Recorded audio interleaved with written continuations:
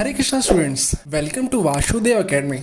Students, today we are going to start solid state. In this lecture, we will learn about basic information about solid, characteristics of solid, and difference between amorphous and crystalline solid, classification of crystalline solid. Students, we will cover all the topic in solid state, lecture by lecture.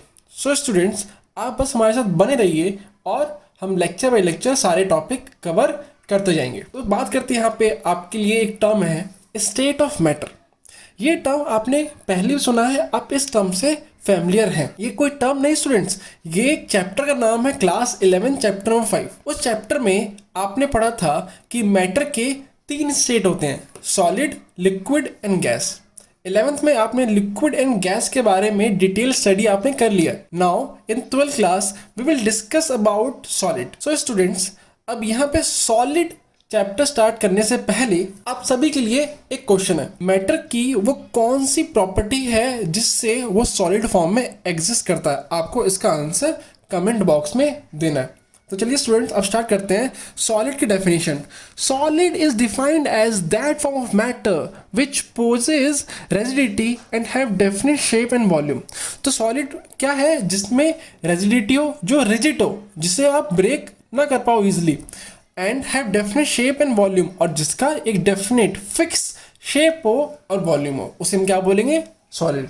So students, अब बढ़ते हैं characteristics of solid के ऊपर कि solid की क्या characteristics होती हैं। तो मेनली इसके 5 कैरेक्टरिस्टिक्स हैं, आप हम एक एक करके पढ़ते हैं।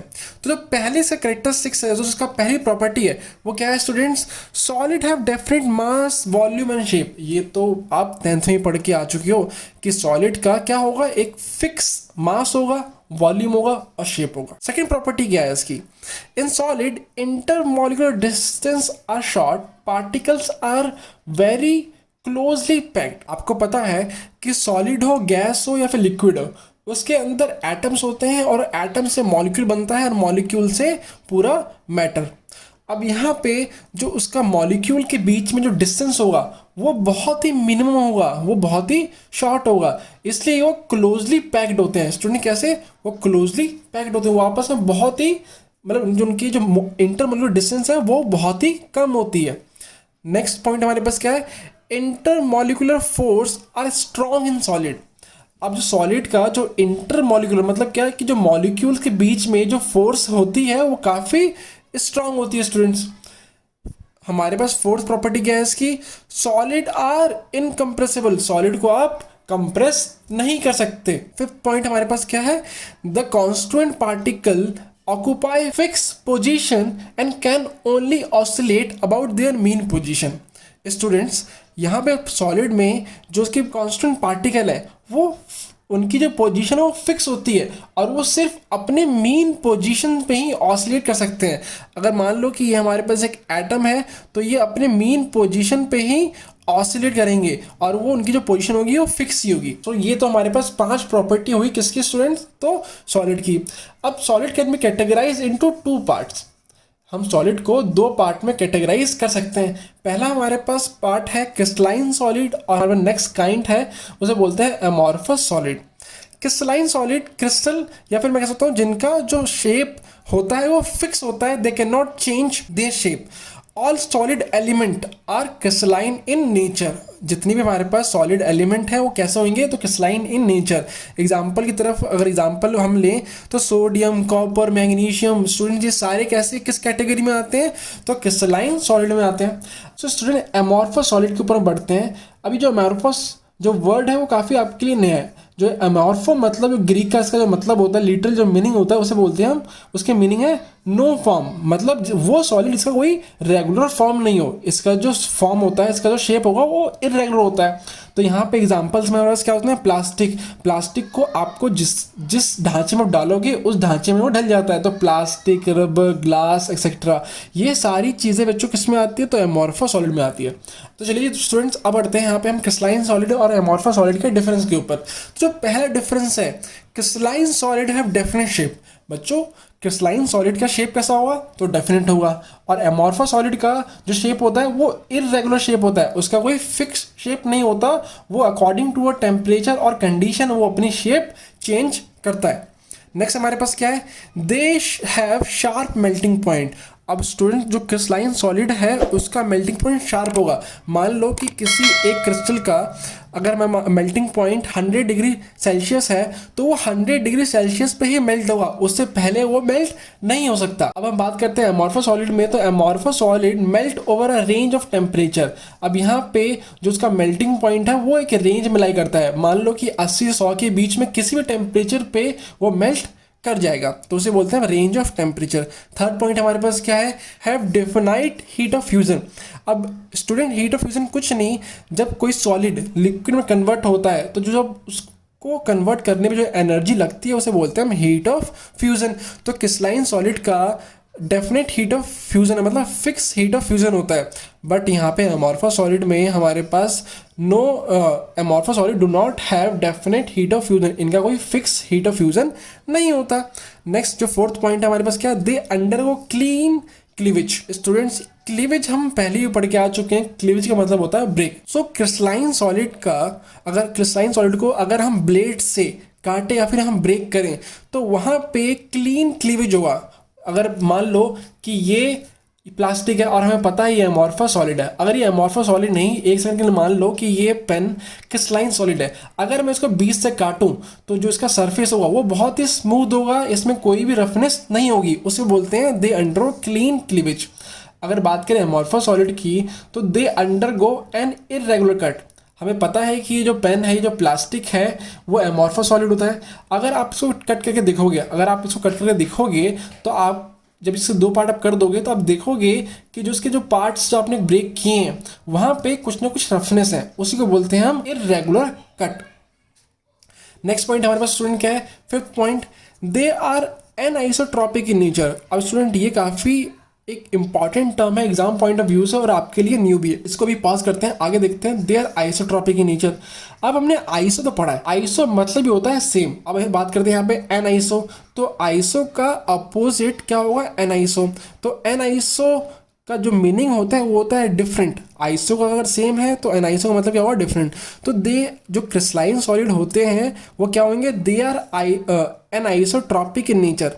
एन आइसोट्रॉपिक को डिफाइन करते हैं जब भी हम किसी भी सॉलिड की जब फिजिकल प्रॉपर्टी हम मेजर करते हैं बाय डिफरेंट एंगल्स और डिफरेंट डायरेक्शन, तो उसकी जो प्रॉपर्टी है अगर डिफरेंट आती है तो उसे बोलते हैं हम एन आइसोट्रॉपिक, जो कि सेम नहीं है। Physical property show different value when measured along different direction. आप देखना कि अगर आपने कोई भी क्रिस्टल लिया है, अब यहाँ फिजिकल प्रॉपर्टी में क्या क्या, तो रिफ्लेक्टिव इंडेक्स, उसकी कंडक्टिविटी, रेजिस्टिविटी, ये सारी जो उसकी फिजिकल प्रॉपर्टी है अगर आप अलग अलग डायरेक्शन से मेजर करोगे क्रिस्टलाइन सॉलिड की तो वो डिफरेंट आने वाली है।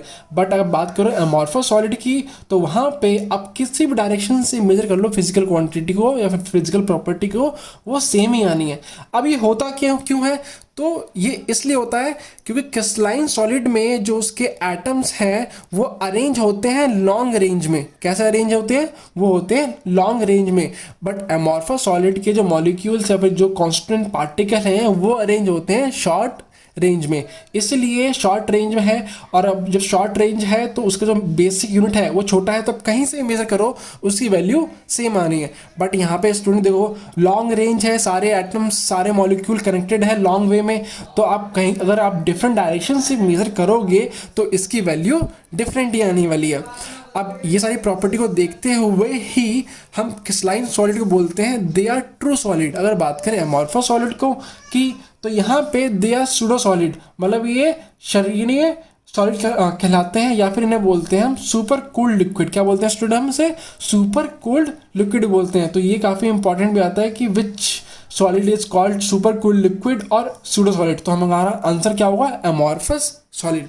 सो स्टूडेंट अब हम बढ़ते हैं आगे। सो स्टूडेंट्स अब बढ़ते हैं हम क्लासिफिकेशन ऑफ क्रिस्टलाइन सॉलिड कि क्रिस्टलाइन सॉलिड के कितने टाइप होते हैं। सो क्रिस्टलाइन सॉलिड को हम 4 कैटेगरी में अलग अलग डिवाइड कर सकते हैं। पहला हमारे पास है मॉलिक्यूलर सॉलिड। मॉलिक्यूलर सॉलिड में हमारे पास जो कॉन्स्टिट्यूएंट पार्टिकल होगा, जो मॉलिक्यूलर सॉलिड में जो उसके छोटे छोटे पार्टिकल्स होंगे उसमें क्या होंगे, तो मॉलिक्यूल्स होंगे। अब इस मॉलिक्यूलर सॉलिड को हम 3 टाइप में फर्दर सब डिवाइड कर सकते हैं। पहला हमारे पास है non polar molecular solid.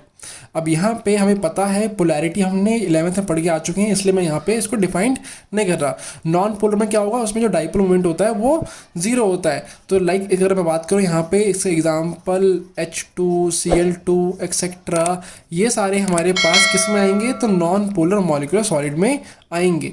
Next हमारे पास क्या है, पोलर मॉलिक्यूलर सॉलिड। इसके एग्जांपल हमारे पास क्या, इसमें हमारे पास जो मॉलिक्यूल होगा उसका डाइपोल मोमेंट कुछ होगा, एग्जिस्ट करता होगा, पॉजिटिव नंबर होगा। लाइक हमारे पास HCl, SO2 एक्सेट्रा, ये सारे हमारे पास हम ये किस कैटेगरी में आती है, ये पोलर मॉलिक्यूलर सॉलिड। नेक्स्ट हमारे पास है हाइड्रोजन बॉन्डेड मॉलिक्यूलर सॉलिड। अब इसमें हमारे पास हाइड्रोजन बॉन्ड हमें पढ़ा है, दो टाइप के होते हैं, इंटर हाइड्रोजन बॉन्ड और इंट्रा हाइड्रोजन बॉन्ड। इसमें हमारे पास वो मॉलिक्यूल जिसमें हाइड्रोजन बॉन्ड होते हैं। लाइक एग्जाम्पल हमारे पास H2O, HF, ये सारे हमारे पास एग्जाम्पल कैसे हैं बच्चों, तो हाइड्रोजन बॉन्डेड मॉलिक्यूलर सॉलिड के और एक्सेट्रा। नेक्स्ट टाइप की तरफ बढ़ते हैं हम, यहाँ पे हमारे पास आयोनिक सॉलिड। अब आयोनिक सॉलिड में जो इसका कॉन्स्टिट्यूएंट पार्टिकल है वो क्या होगा बच्चों, तो आयंस होंगे। और आयंस कितने टाइप के होते हैं, तो कटायन और अनायन। आयोनिक सॉलिड में जो उसके कॉन्स्टिट्यूएंट पार्टिकल होंगे वो क्या होंगे, कटायन और अनायन। ये जो कटायन और अनायन है वो हेल्ड टुगेदर होंगे, कैसे, तो स्ट्रॉन्ग इलेक्ट्रोस्टैटिक फोर्स से ये जुड़े हुए, कैसे, तो इलेक्ट्रोस्टैटिक फोर्स से। इसका अगर हम एग्जाम्पल ले तो NaCl, MgCl2 एक्सेट्रा, ये सारे हमारे पास आयनिक सॉलिड कहलाते हैं। थर्ड टाइप हमारे पास क्या है, मेटेरियल सॉलिड। अब मेटेरियल सॉलिड में क्या होगा कि जो पॉजिटिव आयन है वो चारों तरफ से घिरा हुआ इलेक्ट्रॉन से। जैसे हम बात करें, ये हमारे पास पॉजिटिव और इसके चारों तरफ electron electron electron electron electron होंगे, उसे बोलते हैं मेटेरियल सॉलिड। एग्जाम्पल हमारे पास क्या, जितनी मेटल हमारे पास है, Na, Mg के पोटेशियम, ये सारे हमारे पास क्या मेटेलिक सॉलिड में आएंगे। नेक्स्ट हमारे पास जो लास्ट है वो है कोवेलेंट सॉलिड। अब कोवेलेंट सॉलिड में जो उनकी बॉन्डिंग होगी वो कैसी होगी, कोवेलेंट बॉन्डिंग, और इसे तो हम अच्छी तरह से पढ़ के आ ही चुके हैं। अगर मैं इसका एग्जांपल लूँ तो इसका एग्जांपल क्या हो जाएगा, SiO2, CO2 एक्सेट्रा, ये सारे हमारे पास कैसा रहेंगे, तो कोवेलेंट सॉलिड के अंदर। सॉलिड हमें पता है कि कोई भी चीज़ बनती कैसी है, तो उसके छोटे छोटे यूनिट्स जब कंबाइन होते हैं तो उसका एक बड़ा यूनिट बनाते हैं और वही सॉलिड कहलाता है। तो हमें वही पढ़ना है कि स्मॉलेस्ट जो यूनिट होगा सॉलिड का वो क्या होगा, उसका क्या नाम होगा, और वहाँ पे उस सॉलिड में जो एटम्स अरेंज है, हमें पता है कि सॉलिड में जो पार्टिकल्स जो एटम्स हैं वो एक फिक्स या फिर रेगुलर वे में अरेंज होते हैं, उन्हें वो कैसे अरेंज हैं हमें वो पढ़ना है। तो वो स्टार्ट करने से पहले यहाँ पे हमारे पास 3 टर्म्स हैं, पहले हम वो पढ़ लेते हैं यहाँ पे। तो पहले जो टर्म हमारे पास है वो है लैटिस पॉइंट। ये एक न्यू वर्ड है लैटिस पॉइंट। लैटिस पॉइंट को हम एक और वर्ड से जानते हैं, लैटिस साइड। तो ये कुछ नहीं, it tells about the constituent particle of crystal lattice. ये बस बताता है कि वो कॉन्स्टिट्यूएंट पार्टिकल क्या स्टूडेंट्स यहाँ पे, तो एटम्स हो सकते हैं। यहाँ पे एटम की जो पोजीशन बताता है किसी भी क्रिस्टल में, उसे बोलते हैं हम क्या, तो लैटिस पॉइंट। वो एटम कहाँ पे सिचुएटेड है उस पोजीशन को हम बोलेंगे लैटिस पॉइंट या फिर लैटिस साइड। इतना आपको क्लियर हुआ। अब देखते हैं यहाँ पे हम क्रिस्टल लैटिस, ये क्या होता है। यहाँ से हमारे पास क्या आ गया स्टूडेंट, क्रिस्टल लैटिस। तो क्रिस्टल लैटिस कुछ नहीं, regular 3D arrangement of lattice point is called crystal lattice. अब इन्हीं पॉइंट का जो ये हमारे पास एटम्स हैं, जो पोजीशन है, उसका 3 डायमेंशनल अरेंजमेंट को ही बोलते हैं क्रिस्टल लैटिस। बहुत ही सिंपल, बहुत ही शॉर्ट वे मैंने आपको ये डेफिनेशन दी है। नेक्स्ट यहाँ पे हमारे पास जो वर्ड निकल के आया, यूनिट सेल। बच्चों ये बताओ कि यूनिट मतलब एक। अब यहाँ पे देखना इसकी डेफिनेशन क्या है, regular 3D arrangement of lattice point. इसी लैटिस पॉइंट का जो अरेंजमेंट है विच जनरेट, जो कि जनरेट करता है होल लैटिस, जो कि पूरा होल लैटिस बनाता है। किससे, तो बाय रिपीटिशन। जब इसी पोजीशन, जब इसी लैटिस पॉइंट का रिपीटिशन होने लगता है तो उसे बोलते हैं हम यूनिट सेल। स्टूडेंट्स इतना क्लियर हुआ। अब यहाँ पे हमारे पास जो ये लैटिस, जो एक क्रिस्टल लैटिस है, उसकी अरेंजमेंट 14 वे से ही पॉसिबल है। There are only 14 possible 3 dimensional lattice, और उन 14 को मिला के हम बोलते हैं क्या स्टूडेंट्स, तो ब्रेविस लैटिस। अब हम समझते हैं इसको एक क्यूब के जरिए कि क्रिस्टल लैटिस क्या होगा, यूनिट सेल क्या होगा और लैटिस पॉइंट क्या होगा। सो स्टूडेंट्स हम किसी भी सॉलिड की अगर बात करें, किसी भी क्रिस्टल की बात करें, तो वहाँ के जो उसके एटम्स हैं वो अरेंज होते हैं एक यूनिट सेल में। अब वो यूनिट सेल कैसे होगा, तो जो आप देख रहे हो एक क्यूब, वो जिसका स्मॉलेस्ट यूनिट है वो ऐसा ही होता है। और यहाँ पे अगर देखें तो कितने कॉर्नर्स हैं इसके, तो 1 2 3 4 और 4 इसके पीछे। तो जिसके एटम्स हैं वो इस यूनिट सेल के कॉर्नर्स पे सिचुएटेड होते हैं। कहाँ पर? उसके यूनिट सेल के कॉर्नर्स पर सिचुएटेड होते हैं। सो स्टूडेंट्स, अभी अभी हमने 3 वर्ड्स पढ़े हैं। नए वर्ड्स हमारे लिए याद करने में थोड़ी दिक्कत होगी, बट कोई नहीं, अभी आपको याद हो जाएगा। हमने पढ़ा क्रिस्टल लैटिस, यूनिट सेल और लैटिस पॉइंट। तो यहाँ पे हमारे पास लैटिस पॉइंट की डेफिनेशन क्या आती है? It tells about the constituent particle of crystal lattice. ये कुछ नहीं, जो उसके जो एटम्स हैं वो कहाँ पे अरेंज हैं 3D मॉडल में, उसे बोलते हैं हम लैटिस पॉइंट। तो ये देखो यहाँ पे हमारे पास हमने ये बोला कि जो ये यूनिट सेल है इसके कॉर्नर्स पर क्या, तो एटम प्रेजेंट होंगे। तो जो इसके कॉर्नर्स हैं स्टूडेंट, जो इसके कॉर्नर्स हैं उसे ये बोलते हैं लैटिस पॉइंट या फिर लैटिस साइट। जहाँ पर एटम होगा उसे बोलते हैं लैटिस पॉइंट। अब इसी अरेंजमेंट को हम बोलेंगे क्रिस्टल लैटिस। और जब ऐसे ही एटम्स जब एक अरेंज होगा और यहाँ पे इसका रेप्लिका बन जाएगा, उसे बोलेंगे हम स्टूडेंट क्या, यूनिट सेल। इतना आपको क्लियर हो गया। अब देखो यहाँ पे हमारे पास जो एटम्स हैं वो स्ट्रेट लाइन से कनेक्टेड होते हैं। स्टूडेंट्स, अभी आपने देखा कि यूनिट सेल कैसे अरेंज होते हैं और उसका जो शेप होगा कैसा, तो एक क्यूबाइड या फिर क्यूब की शेप में उसका होता है। अब अगर यहाँ पे हम बात करें तो यूनिट सेल के 4 टाइप होते हैं। पहला हमारे पास सिंपल यूनिट सेल जिसे हम बोलते हैं प्रिमिटिव यूनिट सेल। नेक्स्ट हमारे पास body centred unit cell, face centred unit cell, और एंड में हमारे पास आता है एंड सेंटर्ड यूनिट सेल। अब इसको हम एक एक करके, सो स्टूडेंट्स अब हम इसको एक एक करके डिटेल में स्टडी करने वाले हैं कि unit cell, simple unit cell में क्या होगा, बॉडी सेंटर्ड में क्या होगा, फेस सेंटर्ड में क्या होगा और एंड सेंटर्ड में क्या होगा। सो स्टूडेंट्स स्टार्ट करते हैं। So students let's start with simple unit cell. इसका एक और नाम है प्रिमिटिव यूनिट सेल। पहले इसकी हम डेफिनेशन पढ़ लेते हैं। In such unit cell atom are present only at a corner of unit cell. अब सिंपल यूनिट सेल में हमें पता है कि जो ये यूनिट सेल है वो एक क्यूब या फिर क्यूबाइड के रूप में होता है, हमारे पास क्यूब या फिर क्यूबाइड के रूप में होता है। तो यहाँ पे हमारे पास जो ये एटम है इसके कॉर्नर्स पर ही प्रेजेंट होते हैं और कहीं प्रेजेंट नहीं होते। अगर यहाँ पे बात करूँ कि एक क्यूब में कितने कॉर्नर होते हैं, तो 1 2 3 4 और 4 वैसे ही हमारे पास नीचे इसके कॉर्नर। तो एक क्यूब में हमारे पास टोटल कितने एटम हो गए। अब हम पता करना है कि एक क्यूब में टोटल नंबर ऑफ एटम है वो कितने हैं। तो यहाँ से हमें पता चल गया कि यहाँ पे हमारे पास 8 एटम है, तो हमने लिख दिया।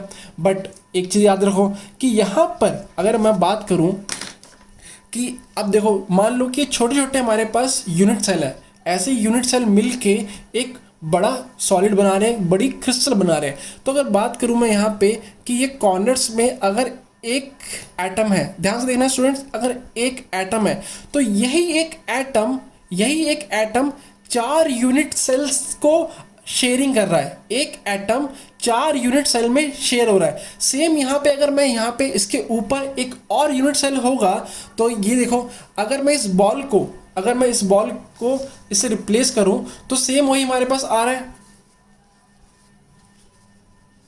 ये देखो दिख रहा है आपको कि एक अगर हमारे पास एटम एक इस लैटिस पॉइंट पे है तो एक ही एटम 4 यूनिट सेल को शेयरिंग कर रहा है। तो सेम यहाँ पे हमारे पास 1 2 3 4 यहाँ पे हमारे पास एक एटम 4 यूनिट सेल में शेयर हो रहा है। अगर मैं बात करूँ उसके नीचे भी हमारे पास यूनिट सेल है, तो ये अगर बात करूँ यहाँ पे तो 5 6 7 8।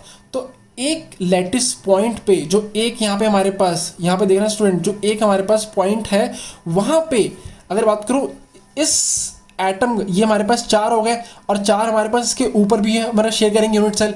तो बात करूँ बस मैं एक यूनिट सेल की बात अगर मैं करूँ तो एक यूनिट सेल में हमारे पास कितना पार्ट आ रहा है, 8 हमारे पार्ट हो गए, 1 2 3 4 5 6 7 8। तो एक यूनिट सेल में इसका कितना पार्ट आया, तो 1/8 कितना आया हमारे पास स्टूडेंट, तो 1/8। तो ये हमारे पास कट गया, ये हमारे पास आ गया 1 एटम। तो सिंपल यूनिट सेल में एक यूनिट सेल में हमारे पास कितने एटम आ गए स्टूडेंट्स हमारे पास, तो एक एटम। टोटल हमारे पास 8 थे और एक एटम की शेयरिंग कितनी है, तो 1/8 था, ये कट गया तो कितने स्टूडेंट बच गए, तो एक एटम। इतना क्लियर हुआ। अब बढ़ते हैं हम यहाँ पे next body centred unit cell में। सो स्टूडेंट्स यहाँ पे हम बात करें बॉडी सेंटर्ड यूनिट सेल में, तो इसकी डेफिनेशन क्या होगी, in addition to corner, corner के एडिशन में, मतलब कॉर्नर के तो होंगे इसमें, in addition to corner atom is also present at centre of unit cell. अब यहाँ पे देखना कि कॉर्नर पे तो एटम होने ही होने हैं, साथ में इसमें इसके क्यूब के अंदर भी एक कंप्लीट, एक पूरा एटम होगा।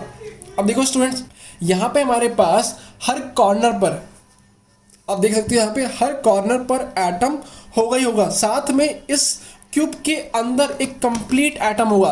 तो इससे पहले हम पढ़ के आ चुके हैं कि इस कॉर्नर पर सब ये मिला के हमारे पास कितने होने हैं, तो 8 होने हैं, और इनकी शेयरिंग कितनी होगी, तो 1/8, एक एटम की शेयरिंग कितनी है, 1/8, और साथ में हमारे पास एक कंप्लीट एटम इसके बॉडी के अंदर है, तो उसकी शेयरिंग इस बॉडी सेंटर्ड यूनिट सेल में कितनी हो गई, इस यूनिट सेल में कितनी हो गई, तो कंप्लीट 1। ये हमारे पास कैंसिल आउट हो जाएंगे, तो यहाँ से हमारे पास 1 और यहाँ से हमारे पास 1, तो ये 2 एटम हमारे पास हो गए किस में, तो बॉडी सेंटर्ड यूनिट सेल में। तो कहीं भी अगर ऐसा फॉर्मेशन हो रहा है किसी भी क्रिस्टल का बॉडी सेंटर्ड यूनिट सेल में, तो उसके एक यूनिट सेल में कितने एटम होने, तो 2 एटम होने स्टूडेंट्स। अब हम बढ़ते हैं फेस सेंटर्ड यूनिट सेल में। So student, face centred unit cell में हमारे पास क्या होगा कि in addition to corner atoms are present at centre of each face. अब यहाँ पर हमारे पास हर कॉर्नर पर एटम तो प्रेजेंट है ही है, साथ में हर फेस में एक एक एटम एक्स्ट्रा प्रेजेंट होगा। अगर यहाँ पे मैं बात करूँ कि हर कॉर्नर पर हमारे पास एक एक एटम है, हर कॉर्नर पर हमारे पास एक एक एटम है, बट उसके साथ हर फेस, मान लो कि ये हमारे पास एक फेस हो गया, इस फेस पे एक एटम प्रेजेंट होगा। अगर बात करूं यहाँ से हमारे पास एक फेस पे एटम प्रेजेंट है,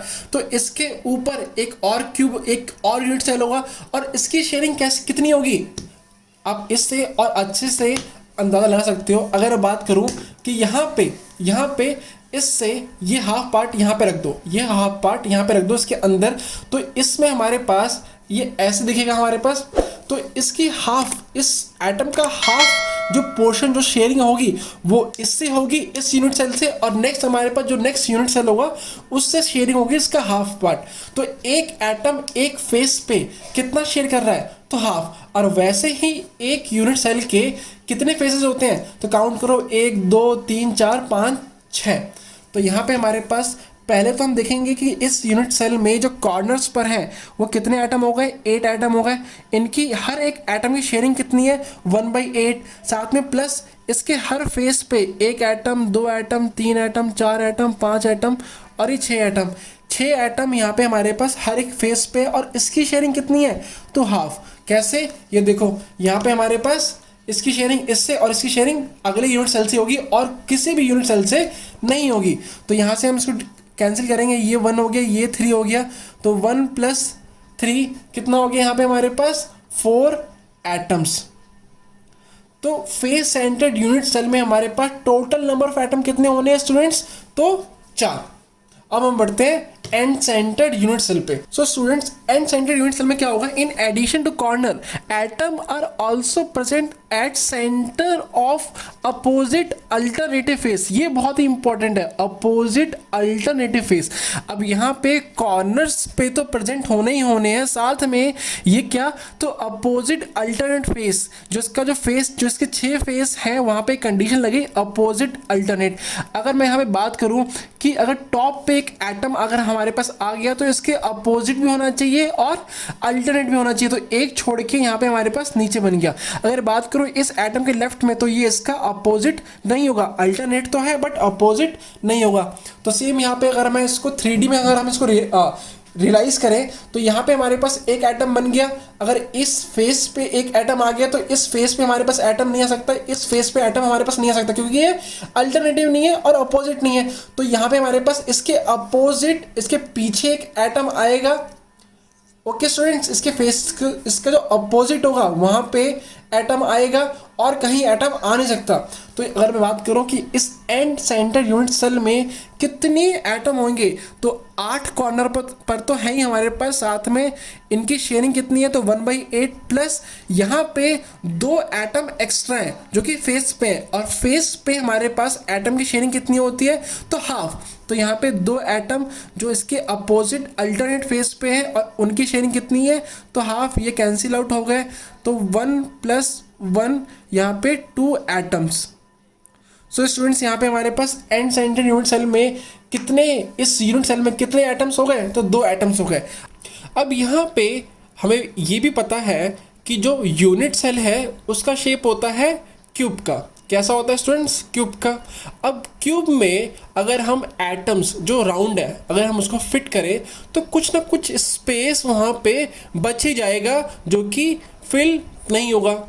अब हमें वही देखना है कि उस क्यूब में जो एटम्स हैं उन वो कितना पोर्शन, कितना स्पेस ऑक्यूपाई कर रखा है, बस हमें वही पता लगाना है आज की क्लास में। तो स्टूडेंट्स आज के टॉपिक हमारे पास है पैकिंग एफिशिएंसी, कि जो उसमें जो एटम्स है वो कितनी एफिशिएंटली पैक्ड है। तो स्टूडेंट्स पहले हम पढ़ते हैं कि पैकिंग एफिशिएंसी की डेफिनेशन क्या है। The fraction of total volume of unit cell occupied by constituent particle, particle क्या है बच्चों यहाँ पे, तो atoms ही तो है, तो atoms is called packing efficiency। तो स्टूडेंट बस यही है पैकिंग एफिशिएंसी, कि यूनिट सेल का कितना फ्रैक्शन, यूनिट सेल का कितना फ्रैक्शन एटम ने ले रखा है। तो इसका जो फॉर्मूला होगा वो क्या होगा, packing efficiency is equal to volume of sphere. Volume of sphere बच्चों यहाँ पे क्या होगा, तो कुछ नहीं, वॉल्यूम ऑफ एटम कोई हम बोलेंगे volume of sphere is divided by volume of unit cell. अब यूनिट सेल का हमारे पास जो वॉल्यूम होगा वो हमेशा क्या होगा, साइड का क्यूब, क्योंकि यहाँ पे हमारे पास जो क्यूब है, जो यूनिट सेल है वो किस फॉर्म में है, तो क्यूब की फॉर्म में। तो इसका फॉर्मूला क्या होगा, A3। और ये हमारे पास एफिशिएंसी मतलब फ्रैक्शन निकाल रहे हैं, तो इसको हम करेंगे परसेंटेज, मतलब 100 से मल्टीप्लाई, तो हमारा आंसर किस में आएगा स्टूडेंट्स, परसेंटेज में। तो आगे हम एक एक करके देखते हैं कि unit cell, simple unit cell का कितनी एफिशिएंसी होगी, बॉडी सेंटर की कितनी होनी है, और फेस सेंटर यूनिट सेल की कितनी होनी है। तो आइए स्टूडेंट बढ़ते हैं सिंपल यूनिट सेल के ऊपर। सो स्टूडेंट्स ये हमारे पास सिंपल यूनिट सेल, हमें पता है कि सिंपल यूनिट सेल में हमारे पास 8 कॉर्नर होते हैं और 8 कॉर्नर पर हमारे पास एक एक एटम होते हैं। उन एक एक एटम का कंट्रीब्यूशन स्टूडेंट्स कितना होता है, हमने लास्ट क्लास में पढ़ा है 1/8। तो टोटल नंबर ऑफ हमारे पास सिंपल यूनिट सेल में जो एटम है वो कितने हो गए, तो 1। अब हम करते हैं यहाँ पे स्टार्ट। अगर यहाँ पे हम देखें तो कॉर्नर ए और कॉर्नर बी पे हमने एक एटम ड्रॉ कर लिया। अब यहाँ पे जो ये एटम है इसका रेडियस हम मान लेते हैं r। इसका रेडियस स्टूडेंट क्या हो गया हमारे पास, r, और एटम ए का भी हमारे पास हो गया रेडियस r। अब यहाँ पे देखें ये क्यूब है हमारे पास, क्यूब में हमारे पास जो साइड होगी वो हमने ले लिया a। इतना आपको क्लियर हो गया। तो मैं बात करूँ face A B C D में हमारे पास जो side of length of A B कितना हो गया स्टूडेंट्स, ए। यहाँ पे हमारे पास रेडियस ऑफ स्फीयर स्टूडेंट्स हमने ले लिया आर। इतना क्लियर हो गया। सो स्टूडेंट्स यहाँ पे हमने क्या ले लिया, लेंथ हमारे पास जो ये साइड का जो हमारे लेंथ है वो a और रेडियस फिर हमने ले लिया r। अब हमें बस कुछ नहीं करना, a और r के बीच में हमें रिलेशनशिप फाइंड करना है। अगर मैं यहाँ पे देखूँ तो ये सॉलिड में हमारे पास जो ये एटम है वो क्लोजली टच होते हैं। तो यहाँ पे हमारे पास ए बी में हमारे पास कितने r दिख रहे हैं बच्चों आपको, तो 2। तो यहाँ पे मैं लिख सकता हूँ कि side of A B is equal to 2r²। तो ए बी की जो हमारे पास जो लेंथ है वो क्या है, a। तो यहाँ पे हमारे पास a is equal to 2r हो गया। इतना स्टूडेंट क्लियर हो गया आपको। अब देखते हैं हम पैकिंग एफिशिएंसी से कितनी है। सो पैकिंग एफिशिएंसी में हमारे पास क्या आना है, volume of sphere upon volume of unit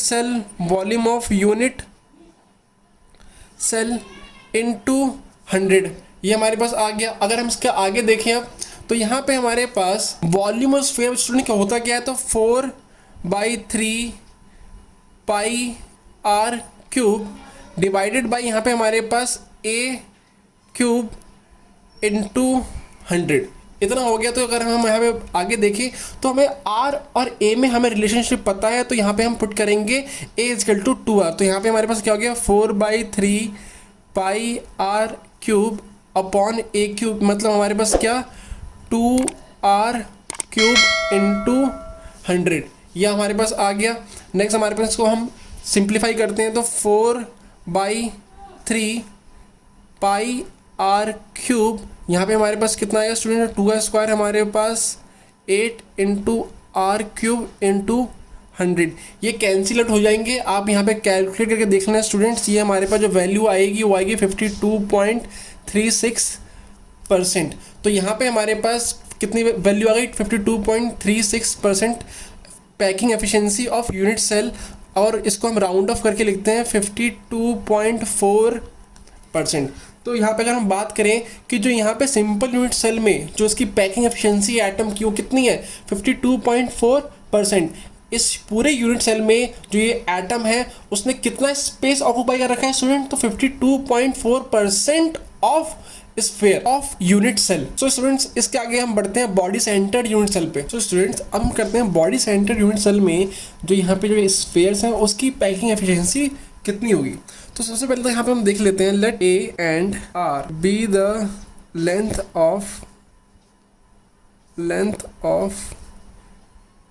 cube and sphere. यहाँ पे हमारे पास जो ये यूनिट सेल है इसकी लेंथ हमारे पास जो साइड की हमारे पास जो लेंथ है वो कितनी हो गई a, और यहाँ पे जो हमारा स्फीयर है उसकी हमारे पास रेडियस कितना हो गया तो r। तो स्टूडेंट ये क्लियर करने के बाद यहाँ पे हम देखते हैं कि यहाँ पे दो फेस है a b c d, और नीचे हमारे पास क्या है एक और फेस है हमारे पास इस यूनिट सेल का e d c f। अब यहाँ पे लास्ट क्लास में हमने पढ़ा था कि बॉडी सेंटर यूनिट सेल में कॉर्नर के एडिशन में हमारे पास एक एटम एक्स्ट्रा होता है, कहाँ पे तो विद इन द बॉडी के अंदर। अब हमें ये करना है सबसे स्टार्टिंग में कि ए और आर के बीच में हमें रिलेशनशिप फाइंड करना है, और सेम हमारे पास जो फॉर्मूला था पैकिंग एफिशिएंसी का उसमें हम पुट कर देंगे। उससे पहले यहाँ पे हम देख लेते हैं कि बॉडी सेंटर्ड BCC, इसको हम क्या बोलेंगे student, BCC body centred unit cell has 2 atoms. Body centred unit cell में स्टूडेंट्स कितने एटम होते हैं, तो 2 एटम होते हैं। अब करते हैं स्टार्टिंग करते हैं यहाँ पे, अगर मैं यहाँ पे बात करूँ कि इसको पहले हम मार्क कर लेते हैं, ये हमारे पास R हो गया, ये हमारे पास बीच वाला एटम R, और ये हमारे पास R, और ये हमारे पास रेडियस R। अब यहाँ पे आप थोड़ा कंफ्यूज हो जाओगे कि ये R ये डायग्राम है कैसा, तो उसको सिंप्लीफाई करने के लिए हम देख लेते हैं यहाँ पे। सो यहाँ पे आप देखोगे AF स्टूडेंट्स, यहाँ पे हमारे पास क्या है AF is body diagonal,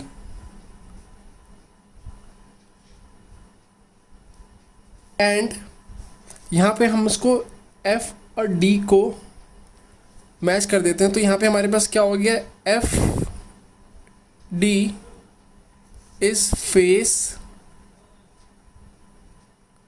diagonal. So students को विजुलाइज करने के लिए ये देखो, यहाँ पे हमारे पास एक फेस हो गया हमारे पास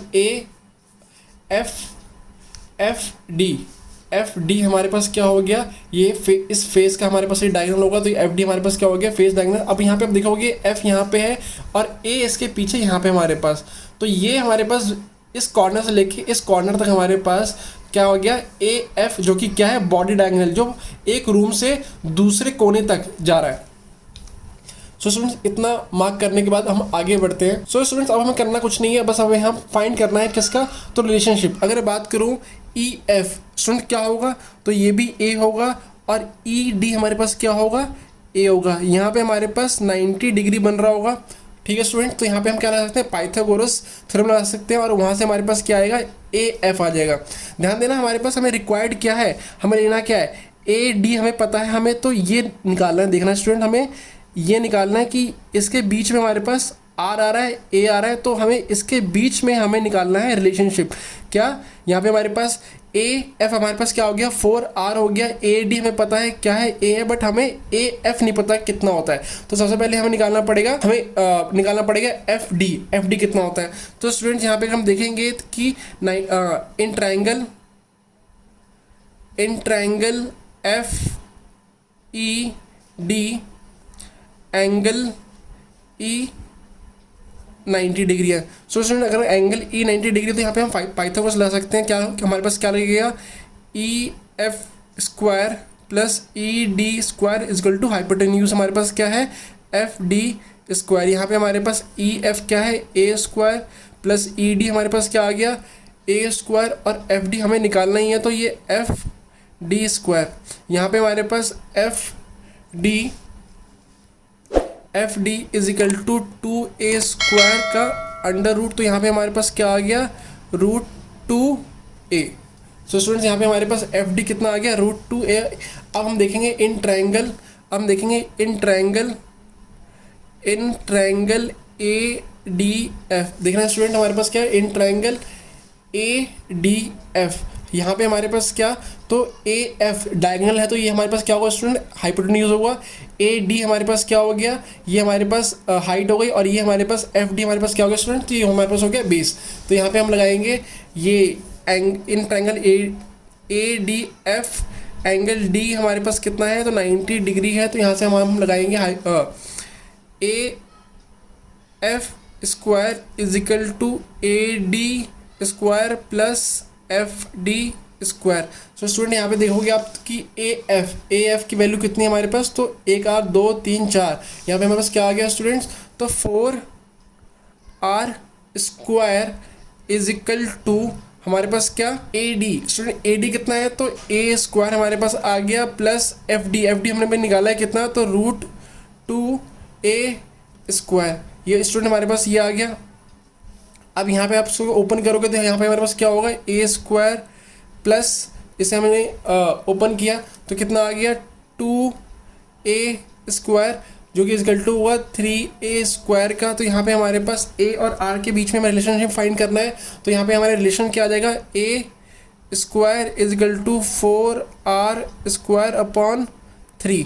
तो a इज इक्वल टू हमारे पास क्या हो गया a, यहाँ पे हमारे पास अंडर रूट हो जाएगा क्या 4r स्क्वायर का अपॉन 3। सो यहाँ पे हमारे पास क्या आ गया स्टूडेंट 4r अपॉन रूट 3, आपको दिख रहा होगा यहाँ पे हमारे पास 4r upon root 3। So a is equal to student क्या आ गया 4r अपॉन रूट 3, ये हमारे पास वैल्यू हो गई a और r के बीच में रिलेशनशिप। अब हमें कुछ नहीं करना, जो हमारे पास जो फॉर्मूला था पैकिंग एफिशिएंसी का हमें बस उसमें पुट कर देना है। कैसे करेंगे, हमें पता है कि पैकिंग एफिशिएंसी में हमारे पास वॉल्यूम ऑफ स्फीयर अपॉन क्या होगा बच्चों, तो volume of unit cell into हमारे पास क्या होगा 100। अब यहाँ पे हमारे पास वॉल्यूम ऑफ स्फीयर में हमारे पास बॉडी सेंटर में कितने एटम कितने होने हैं, तो 2, तो 2 इंटू वॉल्यूम ऑफ स्फीयर हमारे पास क्या होगा स्टूडेंट, तो 4/3 पाई r क्यूब अपॉन में हमारा वॉल्यूम ऑफ यूनिट सेल क्या होगा हमारे पास a क्यूब इंटू 100। a की वैल्यू हमें भी निकाल के आए हैं, क्या है स्टूडेंट्स a का रिलेशनशिप हमारे पास क्या है, तो 4r अपॉन रूट 3, तो 2 into 4/3 pi r cube upon 4r by root 3 का क्यूब इंटू 100। सो इसको अगर आप सॉल्व करोगे, अभी टाइम वेस्ट नहीं करते, अगर आप इसको सॉल्व करोगे तो आपकी जो वैल्यू आएगी वो आएगी 68% स्टूडेंट्स। सो स्टूडेंट्स यहाँ पे हमारे पास जो बॉडी सेंटर यूनिट सेल में जो एटम्स की एफिशिएंसी वो कितना पोर्शन लेके बैठा हुआ है, कितना पोर्शन उसने ऑक्यूपाई कर रखा है, तो 68%, ये हमारे पास आंसर आ गया। इससे पहले हमारे पास क्या था सिंपल यूनिट सेल में उसकी वैल्यू कितनी थी, पैकिंग एफिशिएंसी कितनी थी स्टूडेंट्स, तो 52.36%। अब हम बढ़ते हैं किस पे, तो फेस सेंटर्ड यूनिट सेल पे। सो स्टूडेंट्स ये हमारे पास क्या है, तो हमने एक यूनिट सेल बना दिया और यहाँ पे हमारे पास फेस जो हमारे पास क्यूब का जो बाहरी जो फेस हमारे पास उसे हमने ले लिया ABCD। क्या स्टूडेंट ABCD, यहाँ पे हमारे पास चारों कॉर्नर पर हमारे पास एक एक एटम है और बीच में हमारे पास एक और जो यहाँ पे जो एक इस फेस पे हमारे पास जो एक्स्ट्रा एटम होता है वो हमारे पास है। सो स्टूडेंट यहाँ पे अगर बात करूँ कि अगर मैं यहाँ पे जो यूनिट सेल है उसकी लेंथ हमारे पास क्या होगी, तो a क्या होगी स्टूडेंट, यहाँ पे हमारे पास की लेंथ a, और यहाँ पे हमारे पास जो ये r है, जो यहाँ पे जो स्फीयर है इसका हमारे पास जो रेडियस वो क्या होगा r, और यहाँ पे हमारे पास ये जो बीच में हमारे पास फेस है वो r, और ये हमारे पास क्या हो गया स्टूडेंट्स, सो r। सो अगर मैं यहाँ पे देखूँ तो अगर मुझे यहाँ फेस सेंटर यूनिट सेल में हमें निकालना हो तो सबसे पहले हमें क्या करना पड़ेगा, यहाँ पे लेट वही हमारे पास let the length of unit cell and radius of sphere is a and r respectively। Okay students, यहाँ पे हमने क्या, तो स्फेयर का लेंथ हमने स्फेयर का रेडियस हमने क्या ले लिया आर, और यूनिट सेल का हमने लेंथ का ले लिया ए। सो स्टूडेंट यहाँ पे हम क्या करेंगे, हमें रिलेशनशिप फाइंड करना है किसमें, ए और आर में। सबसे पहले हमें क्या करना होता है, रिलेशनशिप फाइंड करना होता है ए और आर में। सो अगर यहाँ पे देखें, in triangle B C D, in triangle B C D, यहाँ पे हमारे पास एंगल सी हमारे पास 90 डिग्री आ गया। तो यहाँ पे हमारे पास हाइपोटेन्यूज क्या हो जाएगा, हमारे पास बी डी, और बी सी हमारे पास हाइट, और डी सी हमारे पास क्या हो गई, बेस। तो यहाँ पे हमारे पास B D square is equal to B C square plus D C square. इतना हो गया हमारे पास ये अकॉर्डिंग टू पाइथागोरस थ्योरम। तो अगर मैं यहाँ पे बात करूँ, तो यहाँ पे जो बी डी का हमारे पास जो लेंथ है वो कितना आ गया, 4r square is equal to B C हमारे पास क्या आ गया, ए स्क्वायर, प्लस हमारे पास जो डी सी हमारे पास है वो कितना आ गया, ए स्क्वायर।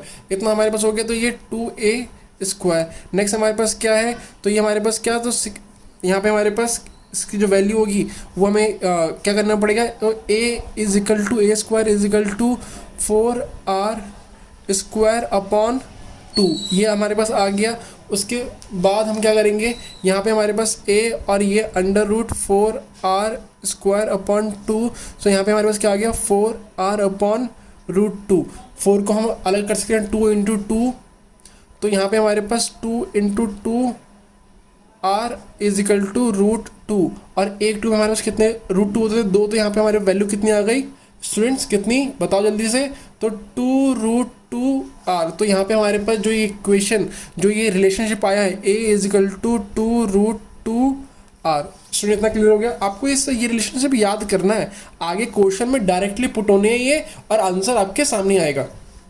सो स्टूडेंट अगर बात करूँ कि FCC face centre unit cell को हम शॉर्ट में लिखते हैं FCC हैज़ कितने, लास्ट क्लास में हमने पढ़ा था कि फेस सेंटर यूनिट सेल में कितने एटम्स होते हैं, तो 4 एटम होते हैं। कैसे कैसे, तो 8 तो कॉर्नर के, उनकी कंट्रीब्यूशन हमारे पास कितना हो गया 1/8, तो वो 8 और 6 हमारे पास होते हैं फेस पे, तो उनका कंट्रीब्यूशन कितना हो गया 1/2। तो टोटल कट के हमारे पास कितना आ गया, तो 3 एटम, और प्लस 1 तो 4 एटम हमारे पास आ गया।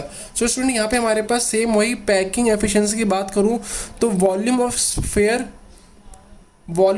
Upon volume of unit cell into हमारे पास 100 होएगा। अब यहाँ पे अगर बात करूँ वॉल्यूम ऑफ स्फेयर, हमारे पास कितने स्फेयर हैं स्टूडेंट्स, हमारे पास कितने एटम है इसमें, तो 4 इंटू वॉल्यूम ऑफ स्फेयर हमारे पास क्या होगा 4/3 pi r cube upon volume of unit cell हमारे पास क्या होगा a क्यूब इंटू हमारे पास कितना आ गया 100। नेक्स्ट यहाँ पे अगर हम बात करें तो 4 into 4/3 pi r cube upon में हमारे पास a क्यूब, a का हमने रिलेशनशिप क्या निकालता है स्टूडेंट्स, तो 2 root 2r cube into 100। So student अगर आप कैंसिल आउट करोगे तो यहाँ पे जो उसकी वैल्यू आती है वो आएगी आपकी 74%। सो स्टूडेंट्स यहाँ पे अब हम छोटा सा क्विक रिव्यू कर लेते हैं जितनी भी चीज़ें हमने अभी पढ़ी है। सो स्टूडेंट जो आपने आज पढ़ा आपको याद क्या रखना है बस वो देखिए। सिंपल यूनिट सेल में हमारे पास जो ए और आर का जो हमारे पास जो रिलेशनशिप आया था वो क्या था, a is equal to 2r, और इसके फॉर्मूले से हमने जो पैकिंग एफिशिएंसी निकाली थी वो उसकी वैल्यू कितनी थी, तो 52.36%। ये हमारे पास क्या आ गया इसकी पैकिंग एफिशिएंसी। नेक्स्ट हमारे पास क्या बीसीसी क्या होता है स्टूडेंट, तो body centred unit cell. Body centred unit cell में हमारे पास जो ए और आर के बीच में जो रिलेशनशिप था वो क्या था, a is equal to 4r upon root 3। ये सब वैल्यू आपको याद रखनी है, बहुत ही इंपॉर्टेंट, आगे क्वेश्चन में डायरेक्टली पुट होती हैं। और यहाँ पे हमारे पास बीसीसी में यहाँ पे हमारे पास जो पैकिंग एफिशिएंसी आई थी वो कितनी आई थी स्टूडेंट, सो 68% यहाँ पे हमारे पास पैकिंग एफिशिएंसी किसी में आई थी, बीसीसी में। नेक्स्ट हमारे पास FCC face centred unit cell में हमारे पास जो ए और आर के बीच में रिलेशनशिप आया था वो क्या था, a is equal to 2 root 2r। ये हमारे पास रिलेशनशिप थी और इसमें हमारे पास इसके अकॉर्डिंग पैकिंग एफिशिएंसी कितनी आई थी स्टूडेंट्स, सो 74%। ये वीडियो थोड़ी लंबी होने वाली है, सो प्लीज इस वीडियो के एंड तक बने रहिए और आपके सारे कॉन्सेप्ट क्लियर होने वाले हैं। इम्परफेक्शन क्या होता है, डिफेक्ट्स क्या होते हैं, सब आपका क्लियर हो जाएगा। सो स्टूडेंट्स स्टार्ट करते हैं इम्परफेक्शन इन सॉलिड। उससे पहले हम देखते हैं इम्परफेक्शन मतलब क्या होता है। परफेक्शन मतलब परफेक्ट, मतलब काफी अच्छा। इम्परफेक्शन मतलब नॉट परफेक्ट, जो परफेक्ट ना हो। अब यहाँ पे अगर हम बात करें कि सॉलिड का जो अरेंजमेंट है वो कैसे होता है, तो सॉलिड का अरेंजमेंट हमारे पास लॉन्ग रेंज में भी होता है और शॉर्ट रेंज में भी होता है। अब उसी अरेंजमेंट में अगर कुछ कमी हो गई, समझो, अगर उसी अरेंजमेंट में अगर कुछ कमी हो गई उसे बोलते हैं हम इनपरफेक्शन। तो यहाँ पे अगर हम बात करें तो इनपरफेक्शन मतलब क्या होगा, डिफेक्ट इन अरेंजमेंट। स्टूडेंट दो वर्ड दिए बस मैंने, डिफेक्ट इन अरेंजमेंट को ही हम बोलते हैं इनपरफेक्शन। अब इसको अगर हम डिफाइन करें इनपरफेक्शन इन सॉलिड तो कैसे डिफाइन करेंगे, डिफेक्ट आर बेसिकली, डिफेक्ट होते क्या है, तो इरेगुलरिटीज, वो रेगुलर नहीं होते इन कॉन्स्टिट्यूएंट पार्टिकल, जब इसी के सॉलिड के जो पार्टिकल्स हैं वो इरेगुलर होते हैं। कैसे स्टूडेंट्स, इरेगुलर वे में अरेंज होते हैं, तो उसी को बोलते हैं हम क्या स्टूडेंट्स, तो इनपरफेक्शन इन सॉलिड्स। और हम यहाँ पे बात करें कि सॉलिड में जो इनपरफेक्शन, जो डिफेक्ट्स हैं, क्या स्टूडेंट्स, डिफेक्ट्स कितने टाइप के होते हैं, तो डिफेक्ट्स यहाँ पे हमारे पास स्टूडेंट्स दो टाइप के होते हैं, पॉइंट डिफेक्ट और यहाँ पे हमारे पास लाइन डिफेक्ट। अगर हम बात करेंगे पॉइंट डिफेक्ट क्या होता है, तो सॉलिड में एक पॉइंट के अराउंड ही, मतलब क्या कि अगर एक एटम के अराउंड ही अगर इरेगुलरिटीज है, कोई डिफेक्ट है, तो उसे बोलते हैं हम पॉइंट डिफेक्ट। अगर यहाँ पे हमारे पास अगर क्रिस्टल जो छोटे छोटे पार्टिकल्स में जो अरेंज होके एक लॉन्ग फॉर्म बनाते हैं, एक लाइन बनाते हैं, तो पूरी रॉ में, अगर पूरी रॉ में इनपरफेक्शन, अगर कुछ इरेगुलरिटीज है, तो उसे बोलेंगे हम लाइन डिफेक्ट। खुशी की बात स्टूडेंट्स ये है, आपको लाइन डिफेक्ट अभी नहीं पढ़ना, आपका पढ़ना है सिर्फ पॉइंट डिफेक्ट्स। तो स्टार्ट करते हैं, यहाँ पे हम पॉइंट डिफेक्ट में हम क्या क्या पढ़ेंगे एक एक करके देखते हैं और फिर स्टार्ट करते हैं स्टूडेंट्स। अगर हम देखें पॉइंट डिफेक्ट भी हमारे पास तीन टाइप के होते हैं। पहला हमारे पास स्टाइचियोमेट्रिक डिफेक्ट, नेक्स्ट इम्प्योरिटी डिफेक्ट और थर्ड हमारे पास होता है नॉन स्टाइचियोमेट्रिक डिफेक्ट। एक एक करके देखते हैं इसमें क्या है, कैसे हम क्या इसमें पढ़ेंगे। सो यहाँ पे अगर हम देखें स्टाइचियोमेट्रिक डिफेक्ट, तो स्टाइचियोमेट्रिक डिफेक्ट के भी हम स्टूडेंट्स हमारे पास दो टाइप होते हैं। पहला हमारे पास वैकेंसी डिफेक्ट और इंटरस्टिशियल डिफेक्ट। वैकेंसी डिफेक्ट हम इसको आगे डिटेल में पढ़ने वाले हैं। यहाँ पे हमारे पास स्टाइचियोमेट्रिक डिफेक्ट में ये हमारे पास नॉन आयनिक, स्टूडेंट क्या, नॉन आयनिक सॉलिड के लिए है। अगर यही डिफेक्ट हमारे पास आयोनिक सॉलिड में होगा तो इसका नाम चेंज होता है, और अगर इंटरस्टिशियल डिफेक्ट भी यहाँ पे हमारे पास आयनिक सॉलिड में होगा तो इसका नाम भी चेंज हो जाता है। सो स्टूडेंट्स वैकेंसी डिफेक्ट मतलब हमें नाम से बदल रहा है कि वैकेंसी मतलब क्या, कोई खाली जगह बन जाएगी, उसे बोलेंगे हम वैकेंसी डिफेक्ट। अगर यही डिफेक्ट आयनिक सॉलिड में अगर होगा तो उसे स्टूडेंट बोलते हैं हम क्या, तो शॉर्ट की डिफेक्ट। क्या बोलेंगे स्टूडेंट, शॉर्ट की डिफेक्ट। अगर यहाँ पे हमारे पास इंटरस्टिशियल डिफेक्ट, इंटरस्टिशियल डिफेक्ट क्या होता है स्टूडेंट्स, तो एटम्स के बीच में जो खाली जगह होती है उसे बोलते हैं हम इंटरस्टिशियल पॉइंट। तो अगर वहाँ पे अगर आयनिक डिफेक्ट हो रहा है, आयनिक सॉलिड में अगर हमारे पास डिफेक्ट हो रहा है, इंटरस्टिशियल डिफेक्ट अगर हो रहा है, तो उसका नाम स्टूडेंट पड़ता है फ्रैंकल डिफेक्ट। क्या नाम पड़ता है स्टूडेंट्स, फ्रैंकल डिफेक्ट। तो स्टाइचियोमेट्रिक डिफेक्ट के यहाँ पे हमारे पास कितने, तो दो टाइप, और इसके अंदर हमारे पास एक एक टाइप हमारे पास हो गया आयनिक सॉलिड के रिगार्डिंग। सो स्टूडेंट्स यहाँ पे हमें स्टाइचियोमेट्रिक डिफेक्ट में हमारे पास चार चीज़ें पढ़नी है हमें, क्या, वैकेंसी डिफेक्ट, शॉर्ट की डिफेक्ट, फ्रैंकल डिफेक्ट और इंटरस्टिशियल डिफेक्ट। नेक्स्ट हमारे पास इम्प्योरिटी डिफेक्ट। इसमें स्टूडेंट्स क्या होगा कि कुछ इम्प्योर कंपाउंड इसमें हमारे पास ऐड हो जाते हैं। नेक्स्ट यहाँ पे हमारे पास क्या, नॉन स्टाइचियोमेट्रिक डिफेक्ट। यहाँ पे हमारे पास नॉन स्टाइचियोमेट्रिक डिफेक्ट में हमारे पास दो टाइप है।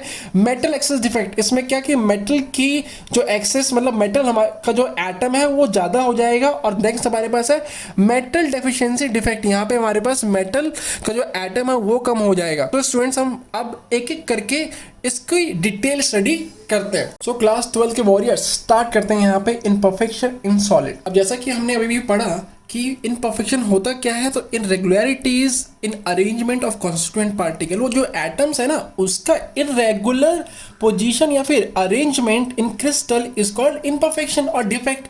बहुत सिंपल। अब दूसरा बात तो हमारे पास ये आती है कि ये इनपरफेक्शन या फिर डिफेक्ट होते क्यों हैं। तो यहाँ पे हमारे पास पॉइंट है, defect occurs when crystallization process occur at fast और मॉडरेट रेट। जब भी क्रिस्टलाइजेशन प्रोसेस फास्ट होता है तो वहाँ पे डिफेक्ट या फिर इम्परफेक्शन होने के चांसेस बढ़ जाते हैं। और यही एक मेन रीज़न यहाँ पे हमारे पास है। क्यों? क्योंकि क्रिस्टलाइजेशन प्रोसेस जब फास्ट और मॉडरेट होता है तो वहाँ पे डिफेक्ट क्रिएट हो जाते हैं। अब बढ़ते हैं यहाँ पे, हम डिफेक्ट में हमारे पास दो टाइप हमने पढ़े थे, point defect and line defect. Point defect हमारे पास क्या था? Irregularities in arrangement around point और एटम। जब एटम के अराउंड, एक एटम के अराउंड चारों तरफ जब इरेगुलरिटीज आती है अरेंजमेंट में, तो उसे बच्चों बोलेंगे हम क्या? तो पॉइंट डिफेक्ट। और यहाँ पे हमारे पास लाइन डिफेक्ट क्या होता है? तो irregularities in arrangement in whole row. जब यहाँ पे हमारे पास एटम्स की जब पूरी रॉ बनती है, उस पूरी रॉ में डिफेक्ट होगा स्टूडेंट्स, तो उसे बोलेंगे हम क्या? तो लाइन डिफेक्ट। इतना क्लियर हो गया स्टूडेंट्स? बहुत ही आसान। यहाँ पे हमारे पास डिफेक्ट स्टूडेंट कितने टाइप के? तो दो, point defect and line defect. अब यहाँ पे हमें लाइन डिफेक्ट डिटेल में नहीं पढ़ना है स्टूडेंट्स, आपके क्लास 12th में सिर्फ पॉइंट डिफेक्ट ही है। बहुत ही अच्छा, बहुत ही ईजी। तो शुरू करते हैं यहाँ पे हम पॉइंट डिफेक्ट के ऊपर। अब पॉइंट डिफेक्ट में हमें जो पहला हमारे पास टॉपिक है वो है stoichiometric defect. So what is stoichiometric defect? Stoichiometric defect do not disturb the stoichiometry of solid. जो स्टाइचियोमेट्री है, स्टाइचियोमेट्रिक डिफेक्ट है, इसमें सॉलिड का जो कंपोजिशन है, सॉलिड का जो कंपोजिशन, या फिर मैं इसको एक और वर्ड देखता हूँ, मॉलिक्यूलर फॉर्मूला, उसमें कोई चेंज नहीं आता। स्टूडेंट ध्यान से सुनो, स्टाइचियोमेट्रिक डिफेक्ट में जो सॉलिड का जो मॉलिक्यूलर फॉर्मूला है, no change in molecular formula, इतना याद कर लो आप। अब ये स्टाइचियोमेट्रिक डिफेक्ट को हम दो और नाम से जानते हैं, इंट्रिंसिक और थर्मोडायनेमिक डिफेक्ट। इंट्रिंसिक डिफेक्ट मतलब क्या? कि जो अंदर, सॉलिड के अंदर, इंट्रिंसिक मतलब अंदर हो रहा है। ओके स्टूडेंट्स, यहाँ पे हमारे पास स्टाइचियोमेट्रिक डिफेक्ट के दो मेन पार्ट होते हैं। स्टाइचियोमेट्रिक डिफेक्ट को हम दो कैटेगरी में डिवाइड कर सकते हैं। पहला हमारे पास आता है वैकेंसी डिफेक्ट, नेक्स्ट यहाँ पे हमारे पास आता है इंटरस्टिशियल डिफेक्ट। स्टूडेंट ध्यान दो, स्टाइचियोमेट्रिक डिफेक्ट के मेनली दो टाइप है। कितने स्टूडेंट? तो दो टाइप है, vacancy defect and interstitial defect. अब इन्हीं दो कैटेगरी के अंदर यहाँ पे हमारे पास दो कैटेगरी और आते हैं, कैसे वो समझते हैं।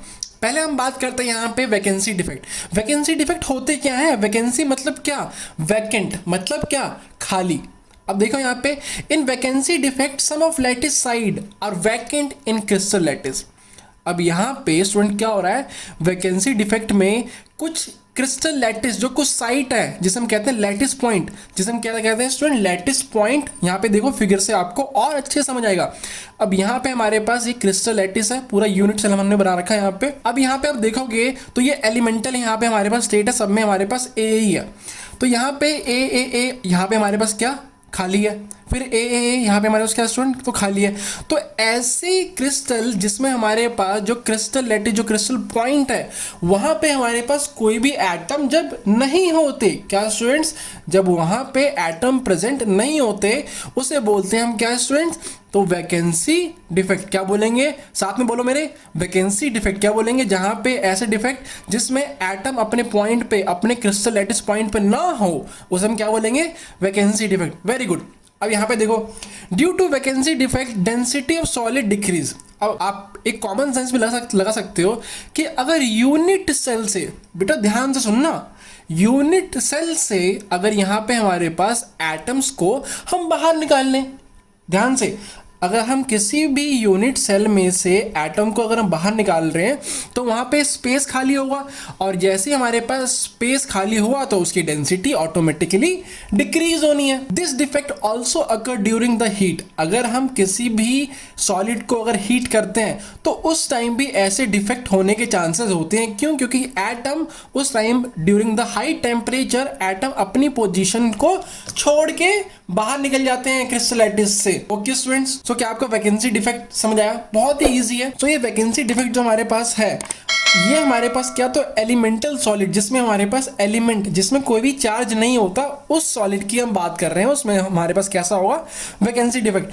अगर हम यहाँ पे बात करें आयनिक सॉलिड की, स्टूडेंट है सॉलिड ही, बट यहाँ पे हमारे पास वैकेंसी डिफेक्ट में हमने कोई चार्ज की बात नहीं की। क्या स्टूडेंट्स? हमने कोई भी चार्ज की बात नहीं की। अगर मैं बात करूँ आयनिक सॉलिड की, तो सेम डिफेक्ट यहाँ पे अगर हम बात करें कि सेम डिफेक्ट आयनिक सॉलिड में, इसका नाम चेंज कर देते हैं बस, और उससे हम क्या बोलते हैं, तो शॉर्टकी डिफेक्ट। स्टूडेंट ध्यान देना, वैकेंसी डिफेक्ट ही आयनिक सॉलिड में जाके शॉर्टकी डिफेक्ट कहलाता है। तो सिंपल हमारे पास इसको देखते हैं शॉर्टकी डिफेक्ट होता क्या है। तो शॉर्टकी डिफेक्ट में क्या होगा, in ionic solid vacancy defect is called Schottky defect. Ionic solid में ही जो वैकेंसी डिफेक्ट है उसे बोलते हैं हम Schottky defect. In such defect same number of cation और anion leave the crystal lattice causing hole. अब यहाँ पे हमारे पास आयनिक सॉलिड है, तो इसमें हमें इलेक्ट्रिकल न्यूट्रलिटी, मतलब क्या, चार्ज का जो न्यूट्रलिटी, जो बैलेंस है, हमें वो बना के चलना होगा।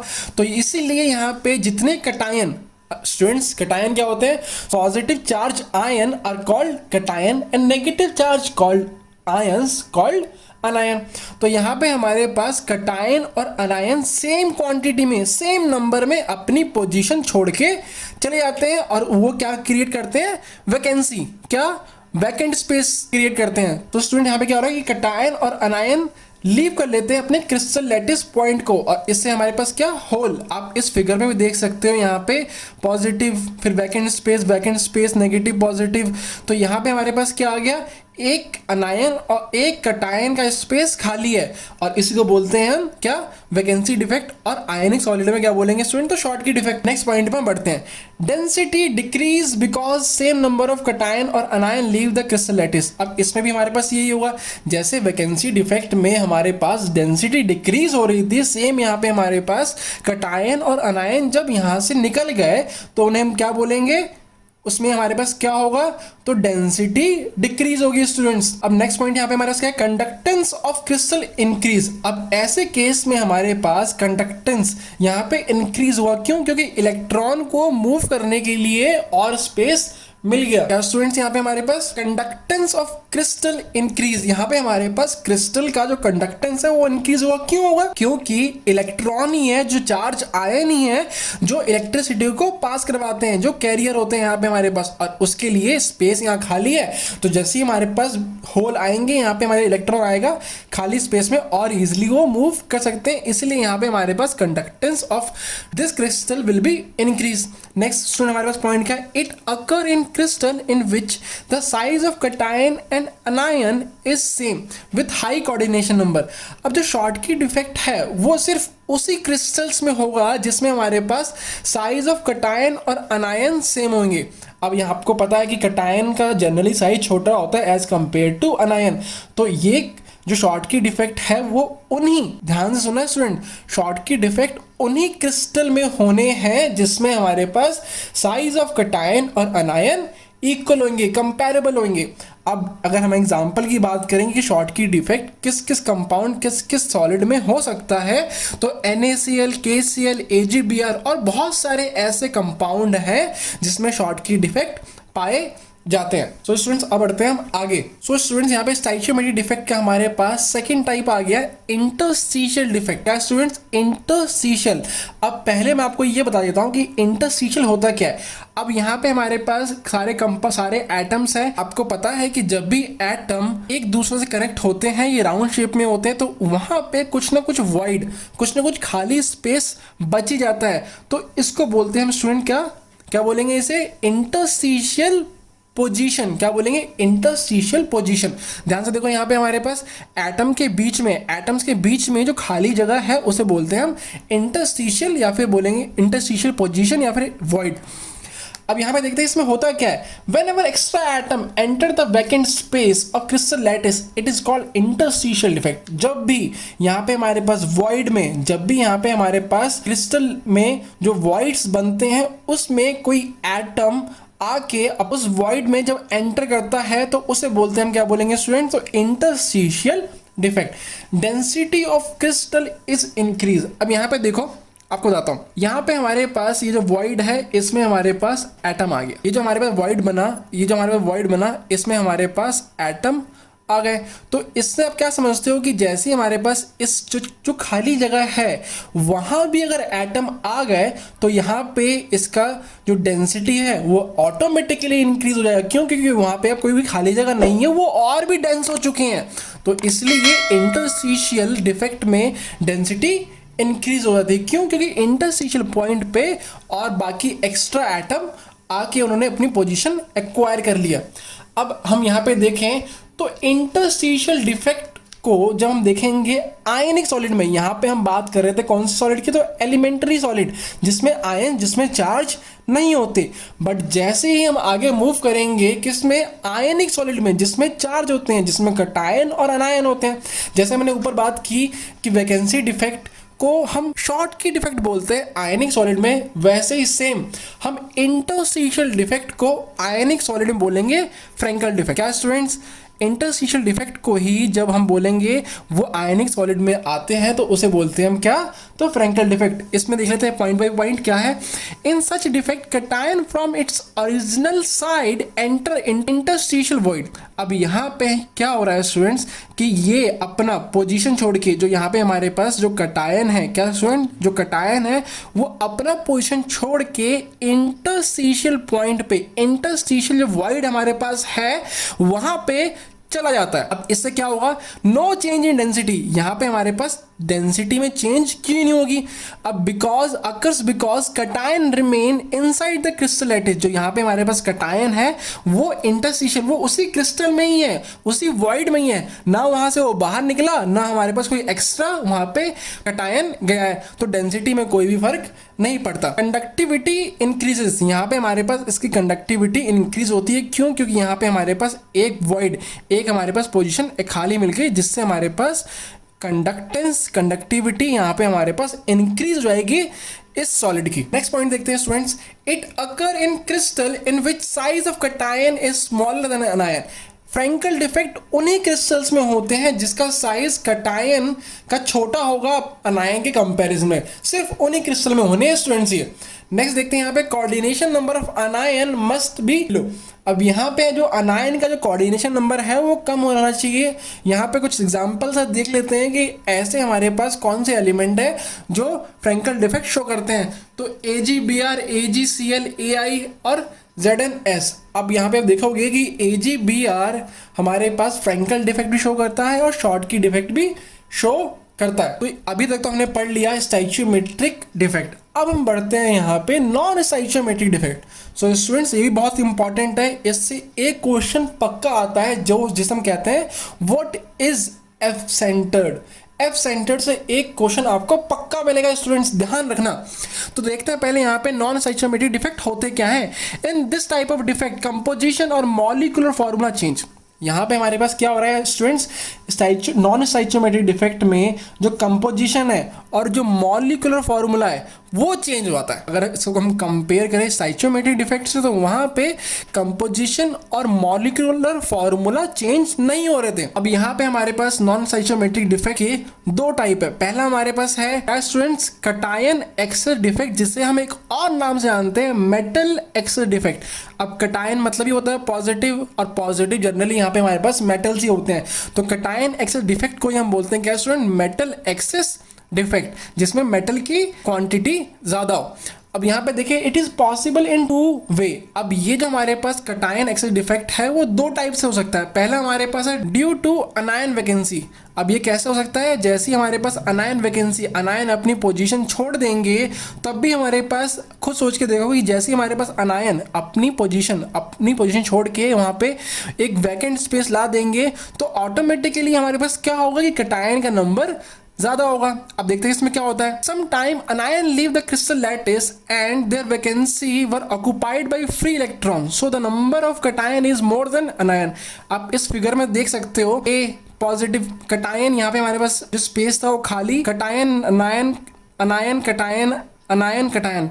अब यहाँ पे आप देखोगे कि जो ये फ्री स्पेस था, यहाँ पे हमारे पास इलेक्ट्रिकल न्यूट्रलिटी बनाने के लिए, इलेक्ट्रिकल बैलेंस बनाने के लिए यहाँ पे हमारे पास इलेक्ट्रॉन आ गया, और जैसे ही हमारे पास इलेक्ट्रॉन आया इसे बोलते हैं हम F centred. The अनायन vacancy in crystal lattice occupied by the free electron is called F centre. जैसे ही हमारे पास जो ये अनायन वैकेंसी है क्रिस्टल लैटिस में वो ऑक्युपाई करेगा कौन, तो फ्री इलेक्ट्रॉन, तो उसको बोलते हैं हम F centred. Due to F-centered alkaline metal halide gain color, इसीलिए जो हमारे पास NaCl, AgBr, MgCl2 सब में हमारे पास क्या कलर्स होते हैं। तो स्टूडेंट्स अब बढ़ते हैं आगे। ड्यू टू इंटरस्टिशियल कटायन, अब यहाँ पे हमारे पास क्या हो रहा है कि जो ये इंटरस्टिशियल कटायन है वो इंटरस्टिशियल स्पेस पे एक्स्ट्रा कटायन आ गया, तो उससे भी हमारे पास जो कटायन है उसका नंबर बढ़ जाएगा। तो इसलिए यहाँ पे हमारे पास क्या हो गया, मेटल एक्सेस डिफेक्ट। अब देखते हैं, sometime extra cation enters into the void which while neighboring void are occupied by free electron so that the cation become more than anion। अब यहाँ पे इस फिगर में देखोगे, यहाँ पे पॉजिटिव नेगेटिव मतलब क्या, कटायन अनायन। अब इस फिगर में देख सकते हो कि यहाँ पे हमारे पास जो इंटरस्टिशियल जो वॉइड है, जो स्पेस जो खाली है, वहाँ पे हमारे पास एक्स्ट्रा क्या स्टूडेंट, एक्स्ट्रा कटायन आ गया, और इसको बैलेंस करने के लिए इसके नेबर में, इसके साइड में हमारे पास एक इलेक्ट्रॉन आ गया। तो आप यहाँ पे देख सकते हो कि ये इसे बोलेंगे हम क्या, मेटल एक्सेस, जिसमें हमारे पास नंबर ऑफ कटायन ज़्यादा है। और जैसे हमारे पास ये होगा तो इसकी डेंसिटी भी इंक्रीज होगी। क्या स्टूडेंट्स, हमारे पास इसकी डेंसिटी भी इंक्रीज हो जाएगी। सो स्टूडेंट्स अब बढ़ते हैं यहाँ पे हम अनायन एक्सेस डिफेक्ट। इसमें क्या है, अनायन की जब क्वांटिटी ज़्यादा होगी, अनायन की क्वांटिटी जब ज़्यादा होगी तो उसे बोलेंगे हम क्या स्टूडेंट्स, अनायन एक्सेस डिफेक्ट। बहुत सिंपल। अब देखते हैं definition. Some time higher valency cation enter into lower valency cation then the creates anion excess defect. जब भी हमारे पास हायर वैलेंसी कटायन मतलब क्या, वो कटायन जिसकी वैलेंसी ज़्यादा हो वो एंटर करता है किसमें, उस एटम में, उस कटायन में जिसकी वैलेंसी कम हो, तो उससे हमारे पास अनायन एक्सेस डिफेक्ट हो जाता है। आप इस फिगर से और अच्छे से समझ सकते हो। यहाँ पे देखो, यहाँ पे हमारे पास क्या है, ये कटायन अनायन। अब यहाँ पे हमारे पास एक कटायन ऐसा है जिसकी वैलेंसी 2 है, यहाँ पे हमारे पास अनायन, और यहाँ पे अगर हमें इस पूरे में ये आयनिक सॉलिड है, इसकी न्यूट्रलिटी बनाने के लिए हमें चार्ज को बैलेंस करना पड़ेगा। तो आप देख सकते हो यहाँ पे पॉजिटिव नेगेटिव, यहाँ पे हमारे पास है चार्ज बैलेंस, यहाँ पे 2+ है, यहाँ पे हमारे पास 2 नेगेटिव, तो चार्ज तो बैलेंस है। अब यहाँ पे जो चार्ज बैलेंस करने के लिए यहाँ पे हमारे पास एक जो कटायन है वो हमें कम करना होगा। ठीक है स्टूडेंट्स, जैसे हमने यहाँ पे कम किया तो आप देखोगे कि यहाँ पे हमारे पास दो कटायन है और 3 अनायन है उसको बैलेंस करने के लिए। तो यहीं पे हमारे पास क्या हो गया, अनायन एक्सेस, और इसको बोलते हैं हम अनायन एक्सेस डिफेक्ट या फिर मेटल डेफिशिएंसी डिफेक्ट, जिसमें मेटल की कमी हो। ओके स्टूडेंट्स, अब बढ़ते हैं यहाँ पे हमारे आज के लास्ट टॉपिक पे, इम्प्योरिटी डिफेक्ट। इम्प्योरिटी डिफेक्ट तो बहुत ही ईजी है स्टूडेंट्स, बहुत ही ईजी, नाम से ही समझ आता है। इम्प्योरिटी मतलब क्या, कि इसमें हम कुछ अलग से इम्प्योर सब्सटेंस मिलाएंगे तो वही हमारे पास क्या रिजल्ट देगा, impurity defect. Whenever certain other substance is dope, pure substance में जब किसी चीज इम्प्योर सब्सटेंस डालते हैं तो उसे बोलते हैं doping. In a pure substance then it causes impurity defect। तो जब भी हम प्योर सब्सटेंस में इम्प्योर सब्सटेंस मिलाते हैं उसे बोलते हैं हम क्या, इम्प्योरिटी डिफेक्ट। यहाँ पे एग्जांपल हमारे पास क्या है, SrCl2 इन NaCl। जब भी हम NaCl में SrCl2 मिलाएंगे तो उसे बोलेंगे हम क्या स्टूडेंट्स, इम्प्योरिटी डिफेक्ट। अब इस फिगर से आपको और अच्छे समझ आने वाला है। यहाँ पे हमारे पास वो कटायन जिसमें हमारे पास वैलेंसी +2 है, ऊपर अगर आप देखोगे तो क्या ये सेम है अनायन एक्सेस डिफेक्ट जैसा ही। यहाँ पे हमारे पास इसे हम बोलते हैं metal deficiency defect. Impurity defect में यहाँ पे जो एग्जांपल हमारे पास है SrCl2 इन NaCl, ये एग्जांपल किसका है, मेटल डेफिशिएंसी डिफेक्ट। यहाँ पे हमारे पास क्या, NaCl pure element, pure compound में हमने मिला दिया इम्प्योर सब्सटेंस, तो उसी को बोलेंगे क्या, मेटल डेफिशिएंसी या फिर इम्प्योरिटी डिफेक्ट्स। सो स्टूडेंट इस फिगर से आप समझो, यहाँ देखो Sr2+ और Cl नेगेटिव, यहाँ पे हमारे पास फिर Na+ Cl नेगेटिव, तो यहाँ पे हमारे पास +3 चार्ज न्यूट्रल हमारे पास हो गया। और इसको बैलेंस करने के लिए हमें एक NaCl हटाना पड़ा। क्यों, क्योंकि यहाँ पे हमारे पास Sr2+ है, इसकी वैलेंसी कितनी है, तो 2। तो इसी को हम बोलते हैं क्या, इम्प्योरिटी डिफेक्ट। न्यूमेरिकल्स में यहाँ पे हमारे पास क्लास 12th में जो चैप्टर 1 है वहाँ पे जिससे न्यूमेरिकल्स आते हैं डेंसिटी के ऊपर। अब डेंसिटी के ऊपर न्यूमेरिकल करने से पहले हमें पता होना चाहिए कि यहाँ पे डेंसिटी का फॉर्मूला क्या है। हमने 10th में ये पढ़ लिया कि density is equal to mass upon volume. क्या बच्चों, ध्यान से सुनो, density is equal to mass upon volume. But यहाँ पे हमारे पास यूनिट सेल के लिए जो डेंसिटी है वो थोड़ी डिफरेंट है। उसका जो फॉर्मूला है वो थोड़ा डिफरेंट है। तो आज हम वही पढ़ने वाले हैं कि यहाँ पे हमारे पास यूनिट सेल में हमारे पास अगर डेंसिटी का क्वेश्चन आया तो हम कैसे करेंगे। स्टूडेंट 4 क्वेश्चन करेंगे बस हम, 4 क्वेश्चन में आपका ये टॉपिक पूरा कंप्लीट हो जाएगा, तो आखिरी तक बने रहिए। सो स्टूडेंट्स, टॉपिक जो मेन क्वेश्चन जो न्यूमेरिकल है उस पर बढ़ने से पहले हम कर लेते हैं यहाँ पे क्या, तो डेंसिटी का फॉर्मूला ड्राइव कर लेते हैं। सो अगर मैं बात करूँ डेंसिटी का फॉर्मूला ड्राइव करने के लिए, तो सबसे पहले हमें 10th का जो हमें पता है कि density is equal to mass upon volume. ये हम 10th और 9th में हम पढ़ के आ चुके हैं, यही हमारे पास बेस फॉर्मूला रहेगा और इसी से हम आगे बढ़ते हैं।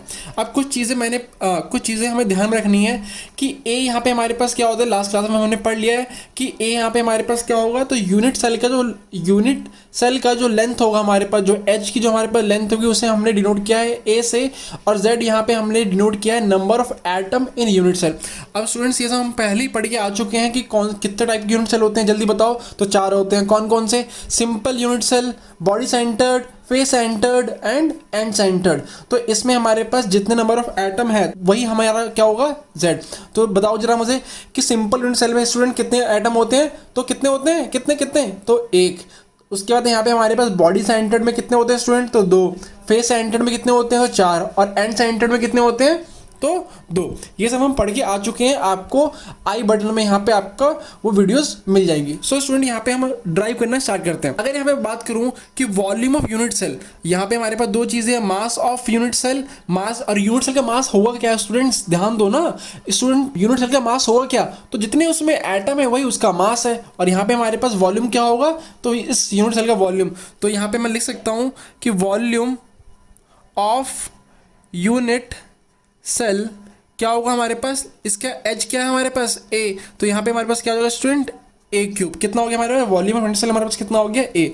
अब यहाँ पे हमारे पास अब देखना है मास, तो यहाँ पे मास ऑफ यूनिट सेल कैसे निकालूंगा मैं, तो यहाँ पे हम करेंगे मास। अब एक यूनिट सेल का मास कितना होगा, टोटल मास अपॉन, मतलब टोटल मास यहाँ पे हमारे पास क्या होगा, मोलर मास अपॉन, अब ध्यान देना कि हम यहाँ पे हमारे पास क्या है, एक मोल में कितने एटम होते हैं, तो 6.022 इंटू 10 की पावर 23, इतने इसे हम कहते हैं एवोगैड्रो नंबर। तो यहाँ पे हम करेंगे डिवाइडेड बाई एवोगैड्रो नंबर, तो यही हमारे पास क्या आ गया, mass equal to molar mass upon Avogadro number. ये क्या है हमारे पास, मास ऑफ 1 एटम, क्या है हमारे पास, मास ऑफ 1 एटम, या फिर मास ऑफ, यहाँ पे हमारे पास जितने एटम यूनिट सेल में होने। इतना आपको क्लियर हो गया। तो आगे बढ़ते हैं, यहाँ पे हमारे पास मास आ गया, हमारे पास वॉल्यूम ऑफ यूनिट सेल हमारे पास आ गया A3। अब हमें क्या करना है कि यहाँ पे जो हमारे मास है, मास को हमें मल्टीप्लाई करना पड़ेगा किससे स्टूडेंट्स, तो यहाँ पे हमारे पास जितने नंबर ऑफ एटम होने हैं, तो यहाँ पे हमारे पास जो डेंसिटी का फॉर्मूला आएगा वो क्या आएगा, डेंसिटी इज इक्वल टू, यहाँ पे हमारे पास Z, total number of atom कितने हमारे पास, ये क्या होगा हमारे पास, Z into mass upon number of atom into molar mass upon Avogadro number. और यहाँ पे हमारे पास क्या आएगा, और क्या हो गया, A3 volume of unit cell. तो स्टूडेंट यहाँ पे हमारे पास ये हो गया डेंसिटी का फॉर्मूला। सो स्टूडेंट डेंसिटी का फॉर्मूला हमारे पास क्या हो गया, D is equal to Z. Z हमारे पास क्या है, number of atom in unit cell. अगर हम बात करूँ कि अगर यूनिट सेल सिंपल है तो वहाँ पे एटम कितने होने हैं, 1। बॉडी सेंटर्ड है तो 2, फेस सेंटर्ड है तो 4, एंड सेंटर्ड है तो ये जेड की वैल्यू कितनी होगी, 2। मोलर मास यहाँ पे हमारे पास क्वेश्चन में जनरली दिया होता है, नहीं दिया हुआ, नहीं अगर दिया हुआ तो आपको जो एटम होने हैं वहाँ पे वो सिंपल होंगे वहाँ। नेक्स्ट यहाँ पे हमारे पास A3 क्या है स्टूडेंट, तो यहाँ पे हमारे पास वॉल्यूम ऑफ यूनिट सेल, और यहाँ पे हमारे पास Na क्या हो गया स्टूडेंट, तो एवोगैड्रो नंबर जो इसकी वैल्यू कांस्टेंट होती है। तो इससे हमारे पास इस फॉर्मूले से आपका द सॉलिड स्टेट में डेंसिटी के रिलेटेड जो भी प्रॉब्लम है वो सारी प्रॉब्लम सॉल्व हो जाएगी। तो स्टूडेंट एक एक करके देखते हैं, एक एक करके न्यूमेरिकल सॉल्व करते हैं। सो स्टूडेंट्स यहाँ पे हम बढ़ते हैं हमारे पहले क्वेश्चन के ऊपर। तो यहाँ पे हम क्वेश्चन पहले पढ़ लेते हैं और उसको समझने की कोशिश करते हैं कि क्वेश्चन में है क्या। इसे पोस्टमार्टम कर देते हैं स्टूडेंट्स, बिल्कुल जितनी वैल्यू हमें दी गई है पहले हम वो लिख लेते हैं। तो क्वेश्चन हमारे पास क्या है, determine the type of cubic lattice. अब यहाँ पे हमें डिटरमाइन क्या करना है कि क्यूबिक लैटिस की कौन सा लैटिस है, ये कौन सा यूनिट सेल है, किस टाइप का यूनिट सेल इसमें होगा, सिंपल यूनिट सेल होगा या बॉडी सेंटर्ड होगा या फिर फेस सेंटर्ड होगा या फिर एंड सेंटर्ड होगा। तो इसके आगे बढ़ते हैं यहाँ पे, to which a given crystal belong to if it has edge length. यहाँ पे हमारे पास एज लेंथ स्टूडेंट हमारे पास क्या होता है, तो ए, हमने क्या ऊपर पढ़ा था कि हमारे पास जो ए है यहाँ पे हम उसको डिनोट करते हैं किससे, तो एज लेंथ से। तो यहाँ पे हमारे पास एज लेंथ क्यूब की जो यूनिट सेल है हमारे पास उसका ए कितना आ गया स्टूडेंट, तो 290 पिको मीटर एंड डेंसिटी कितनी दे रखी है स्टूडेंट, तो डेंसिटी इज 7.8 ग्राम पर सेंटीमीटर क्यूब। और यहाँ पे हमारे पास मोलर मास कितना दे रखा है स्टूडेंट, तो 56 ग्राम पर मोल। तो ये तो हमें दे देगी क्या, तो गिवन वैल्यू। अब हमें निकालना क्या है, हमें निकालना है कि किस टाइप का यूनिट सेल होना है। सो स्टूडेंट यहाँ पे मैं आपको बताऊंगा कि कैसे आप यहाँ पे इस न्यूमेरिकल को कैसे सॉल्व करोगे और आपको आंसर निकालना है स्टूडेंट्स। यहाँ पे हम करेंगे पोल और उसमें आपको आंसर बताना है कि इसका जो क्यूबिक लैटिस है वो किस टाइप का है। सो स्टूडेंट स्टार्ट करते हैं। यहाँ पे हमें फॉर्मूला पता है क्या है कि density is equal to Z into M M into ए3 into N A. Okay student, तो यहाँ पे हम सेम फॉर्मूला लिखेंगे। क्या स्टूडेंट्स, यहाँ पे हम फॉर्मूला लिखते हैं कि density is equal to Z हमारे पास क्या होता है स्टूडेंट, तो यहाँ पे हमारे पास क्या होगा Z number of atom in unit cell, और number of atom unit cell से हम बता पाएंगे कि वो किस टाइप का क्यूबिक लैटिस है। तो हमें निकालना क्या है एग्जैक्टली, तो हमें स्टूडेंट यही जेड निकालना है। तो यहाँ पे हमारे पास जेड आ गया, Z into molar mass upon volume into Avogadro number. सो स्टूडेंट यहाँ पे हमारे पास आ गया। तो यहाँ पे हमें बस वैल्यू पुट करनी है। डेंसिटी हमें दे रखा है क्वेश्चन में कितना है स्टूडेंट, तो 7.8। अच्छा हाँ, आपको बस एक चीज़ ध्यान में रखना है कि यहाँ पे हमारे पास जो ए है वो क्या है 290 पिकोमीटर। या तो आप इसको एसआई में कन्वर्ट करो या फिर इसको आप सीजीएस में। अगर आप इसको एसआई में करोगे तो पिकोमीटर को आप चेंज करोगे मीटर में, अगर सीजीएस में करोगे तो इसको चेंज करोगे आप किस में, सेंटीमीटर में। तो इसको हम कर लेते हैं सेंटीमीटर कन्वर्ट। तो 290 इंटू 10 की पावर -10 सेंटीमीटर। अगर यहाँ पे हमारे पास ये मीटर होता तो ये कितना होता है स्टूडेंट, 10 की पावर -12। ओके स्टूडेंट्स, तो यहाँ में हम वैल्यू पुट करते हैं। तो 7.8 इंटू जेड, हमें ये जेड निकालना ही है, इंटू मोलर मास हमें क्वेश्चन में ही दे दिया है, अपॉन यहाँ पे हमारे पास ए क्यूब, वॉल्यूम हमारे पास क्या हो जाएगा इसका साइड का क्यूब, तो 290 इंटू 10 की पावर -10 सेंटीमीटर इंटू यहाँ पे हमारे पास क्या, तो एन ए कितना हो गया हमारा 6.022 इंटू 10 की पावर 23। तो ये हमारे पास पूरी एक न्यूमेरिकल सॉल्व हो गया। तो यहाँ पे अगर हम बात करें, सो जेड नंबर ऑफ एटम यहाँ पे हमारे पास क्या हो जाएगा 7.8 इंटू 29 इंटू 10 की पावर -10 का क्यूब इंटू 6.022 इंटू 10 की पावर 23 अपॉन में स्टूडेंट्स हमारे पास क्या आएगा, जल्दी बताओ क्या आएगा, तो 56। सो स्टूडेंट्स यहाँ पे हमारे पास इस वीडियो को थोड़ा पॉज करो और पोल बटन में बताओ कि आपका आंसर क्या आया। सो स्टूडेंट्स ये आपका होमवर्क है, आपको ये करके बताना है, आप इसको कमेंट डाउन में बता सकते हो। सो स्टूडेंट्स बढ़ते हैं अब हम नेक्स्ट क्वेश्चन की तरफ। सो स्टूडेंट्स अब हम आ चुके हैं क्वेश्चन नंबर 2 पे। जितनी चीज़ें हम इस क्वेश्चन से निकाल सकते हैं, जितनी वैल्यू जितनी हिंट हम निकाल सकते हैं, हम निकालने की कोशिश करते हैं। तो स्टूडेंट्स क्वेश्चन पढ़ते हैं। An element crystalline structure of FCC, यहाँ पे हमारे पास क्या है एफसीसी है। अगर ये एफसीसी है तो इसमें हमारे पास जेड क्या होगा स्टूडेंट, तो 4। क्या होगा 4, देखो बहुत ही ईजी है। हैविंग एज लेंथ, यहाँ पे हमारे पास क्या है एज लेंथ, यहाँ पे हम डालते हैं सॉल्यूशन। एज लेंथ हमारे पास क्या आ गया, ए हमारे पास क्या आ गया 200 पिकोमीटर। कैलकुलेट डेंसिटी, हमें क्या, तो डेंसिटी हमें फाइंड करनी है। और यहाँ पे हमारे पास मास कितना रखा है 200 ग्राम, और यहाँ पे कंटेन 200 ग्राम में हमारे पास कितने एटम है 24 इंटू 23 एटम्स इतने हैं। तो इसमें हमें कुछ नहीं करना, हमें डेंसिटी निकालनी है। एफसीसी से हमें ये पता चल गया, एफसीसी से हमें पता चल गया कितने 4 एटम्स हैं। सिंपल हमें उस डेंसिटी के फॉर्मूले में ये सारी वैल्यू रख देनी है और आपका आंसर आ जाएगा। डेंसिटी का फॉर्मूला क्या होता है, density is equal to Z, यहाँ पे हमारे पास क्या है number of atom in unit cell into mass upon volume into N A. So student यहाँ पे हमारे पास जेड क्या आ गया, एफसीसी से हमने पता लगा लिया कि 4 एटम है इसमें, मास कितना है तो 200 ग्राम, और ग्राम में यहाँ पे हमारे पास ग्राम में रहने दो, किलोग्राम में मत चेंज करो। नेक्स्ट यहाँ पे हमारे पास क्या 4 इंटू 200, ए3 हमारे पास क्या है, यहाँ पे हमारे पास पिकोमीटर में है, इसको सेंटीमीटर चेंज करोगे तो कितना हो गया 200 गुने 10 की पावर -10 का क्यूब इंटू एन ए। यहाँ पे हमारे पास नंबर ऑफ एटम कितने हैं 24 इंटू 10 की पावर 23 एटम्स। तो स्टूडेंट्स यहाँ पे हमारे पास डेंसिटी की वैल्यू, आप इस वीडियो को पॉज करो और डेंसिटी इसको सॉल्व करो। डेंसिटी का आंसर आप कमेंट डाउन करके बताओ या फिर पोल में भी आपको यहाँ पे मिल जाएगा। सो स्टूडेंट्स अब बढ़ते हैं हम अपने नेक्स्ट क्वेश्चन की तरफ। सो स्टूडेंट्स मज़ा आ रहा है, अब बस हमारे पास थर्ड क्वेश्चन में हम पहुंच चुके हैं। यहाँ पे हमारे पास क्वेश्चन क्या है, सोडियम हैज़ बीसीसी स्ट्रक्चर। अब यहाँ पे जो सोडियम का है वो कैसा स्ट्रक्चर है, तो बॉडी सेंटर यूनिट सेल का स्ट्रक्चर है विथ एज लेंथ। हम आप यहाँ पे हमारे पास ए कितना हो गया, तो 256.9 पिकोमीटर। कैलकुलेट इट डेंसिटी, हमें निकालना क्या है, हमें डेंसिटी हमें निकालनी है। तो यहाँ पे हमारे पास जो जो क्वेश्चन है इससे हमारे पास हमें क्या क्या पता लगा, तो बीसीसी मतलब यहाँ पे हमारे पास क्या, जेड कितना हो गया, जेड हमारे पास कितना हो गया, तो 2 कैसे आया आपको पता है कैसे, तो एक बॉडी सेंटर, एक बॉडी वाला होल एटम, और जो बाकी कॉर्नर पे हमारे पास 8 है उनकी शेयरिंग हमारे पास 1/8, 1 + 1 जेड हमारे पास क्या हो गया 2। उसके बाद यहाँ पे हमारे पास जो ए है वो कितना है 265.9 पिकोमीटर। इसको आप सेंटीमीटर चेंज कर लो, तो कैसे करोगे 265.9 इंटू 10⁻⁻10 सेंटीमीटर, ये आपका हो गया सेंटीमीटर में चेंज। अब देखो यहाँ पे हमारे पास जो मोलर मास है वो कितना दे रखा है आपका, सोडियम 23 और Na आपको पता है, तो सिंपल आपको डेंसिटी के फॉर्मूले में पुट करना है और आपका आंसर आ जाएगा। डेंसिटी का फॉर्मूला सुन क्या है आपको तो अब याद हो जाना चाहिए, density is equal to Z into molar mass into A³ into Na।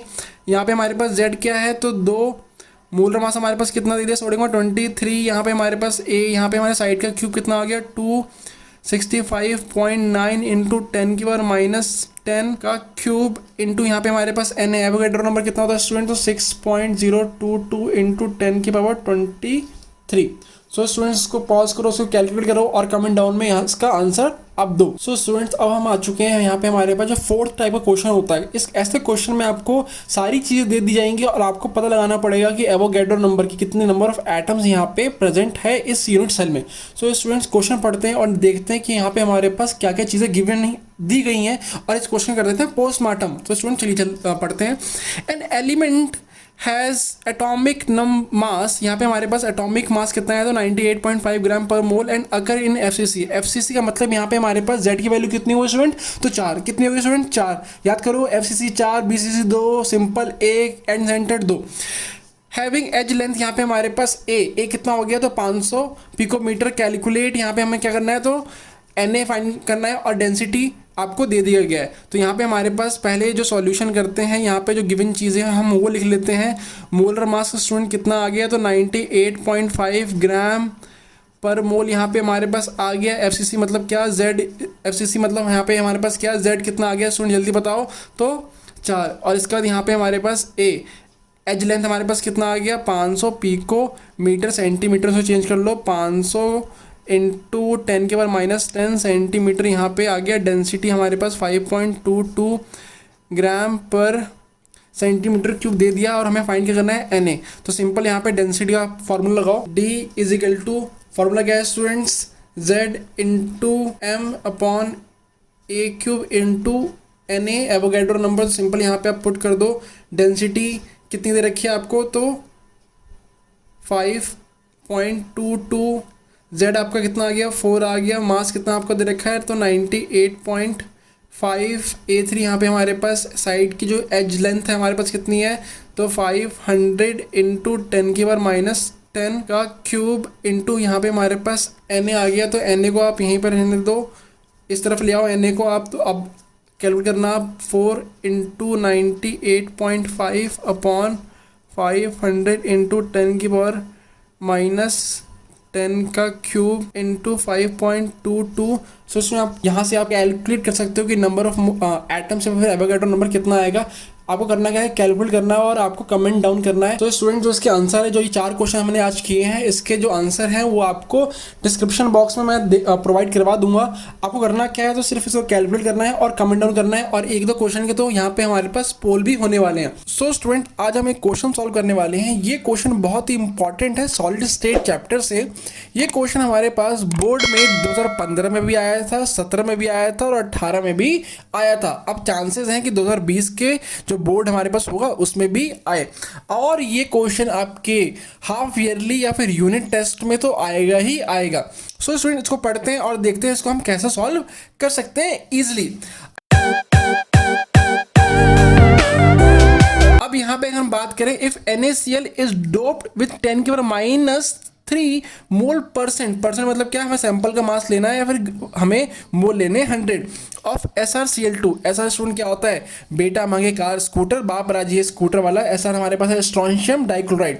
What is the concentration of vacancy, हमारे पास जो कटायन वैकेंसी हमारे पास आ रही है इससे वो उसका कंसंट्रेशन कितना हुआ। तो पहले तो हम बात कर लेते हैं यहाँ पे कि SrCl2 अगर हम डोप कर रहे हैं NaCl में तो कौन सी टाइप की यहाँ पे वैकेंसी बनेगी, कौन सी टाइप की वैकेंसी यहाँ पे जनरेट होगी। तो वो हमारे पास क्या है स्टूडेंट, तो इम्प्योरिटी डिफेक्ट या फिर हमारे पास वैकेंसी भी जनरेट हो रही है। यहाँ पे अगर हम बात करें तो ये कैसे होगा एक बार देख लेते हैं हम यहाँ पे डायग्राम से स्टूडेंट्स, तो आपको और भी इजीली आप इसको समझ पाओगे। यहाँ पे हमारे पास स्टूडेंट क्या, तो NaCl हमारे पास आ गया, ये हमारे पास इसको हम खाली छोड़ देते हैं। यहाँ पे हमारे पास इसको डोप कर दिए किससे, तो Sr2 प्लस से। नेक्स्ट अगर हम यहाँ पे बात करें तो यहाँ पे हमारे पास Cl नेगेटिव, यहाँ पे हमारे पास NaCl नेगेटिव Na प्लस, ये नेगेटिव हमारे पास हो जाएगा, ये हमारे पास खाली हो जाएगा स्टूडेंट। और यहाँ पे हमारे पास क्या, तो Cl नेगेटिव और ये हमारे पास Na पॉजिटिव, हमारे पास ये ब्लैंक हो जाएगा स्टूडेंट। और ये हमारे पास क्या, तो Cl negative Na positive, Na positive Cl negative, Na positive Cl negative. बच्चों अगर हम यहाँ पे देखें तो यहाँ पे हमारे पास जो ये NaCl है वो कैसा हमारे पास कंपाउंड होगा, तो ये हमारे पास आयनिक सॉलिड है हमारे पास।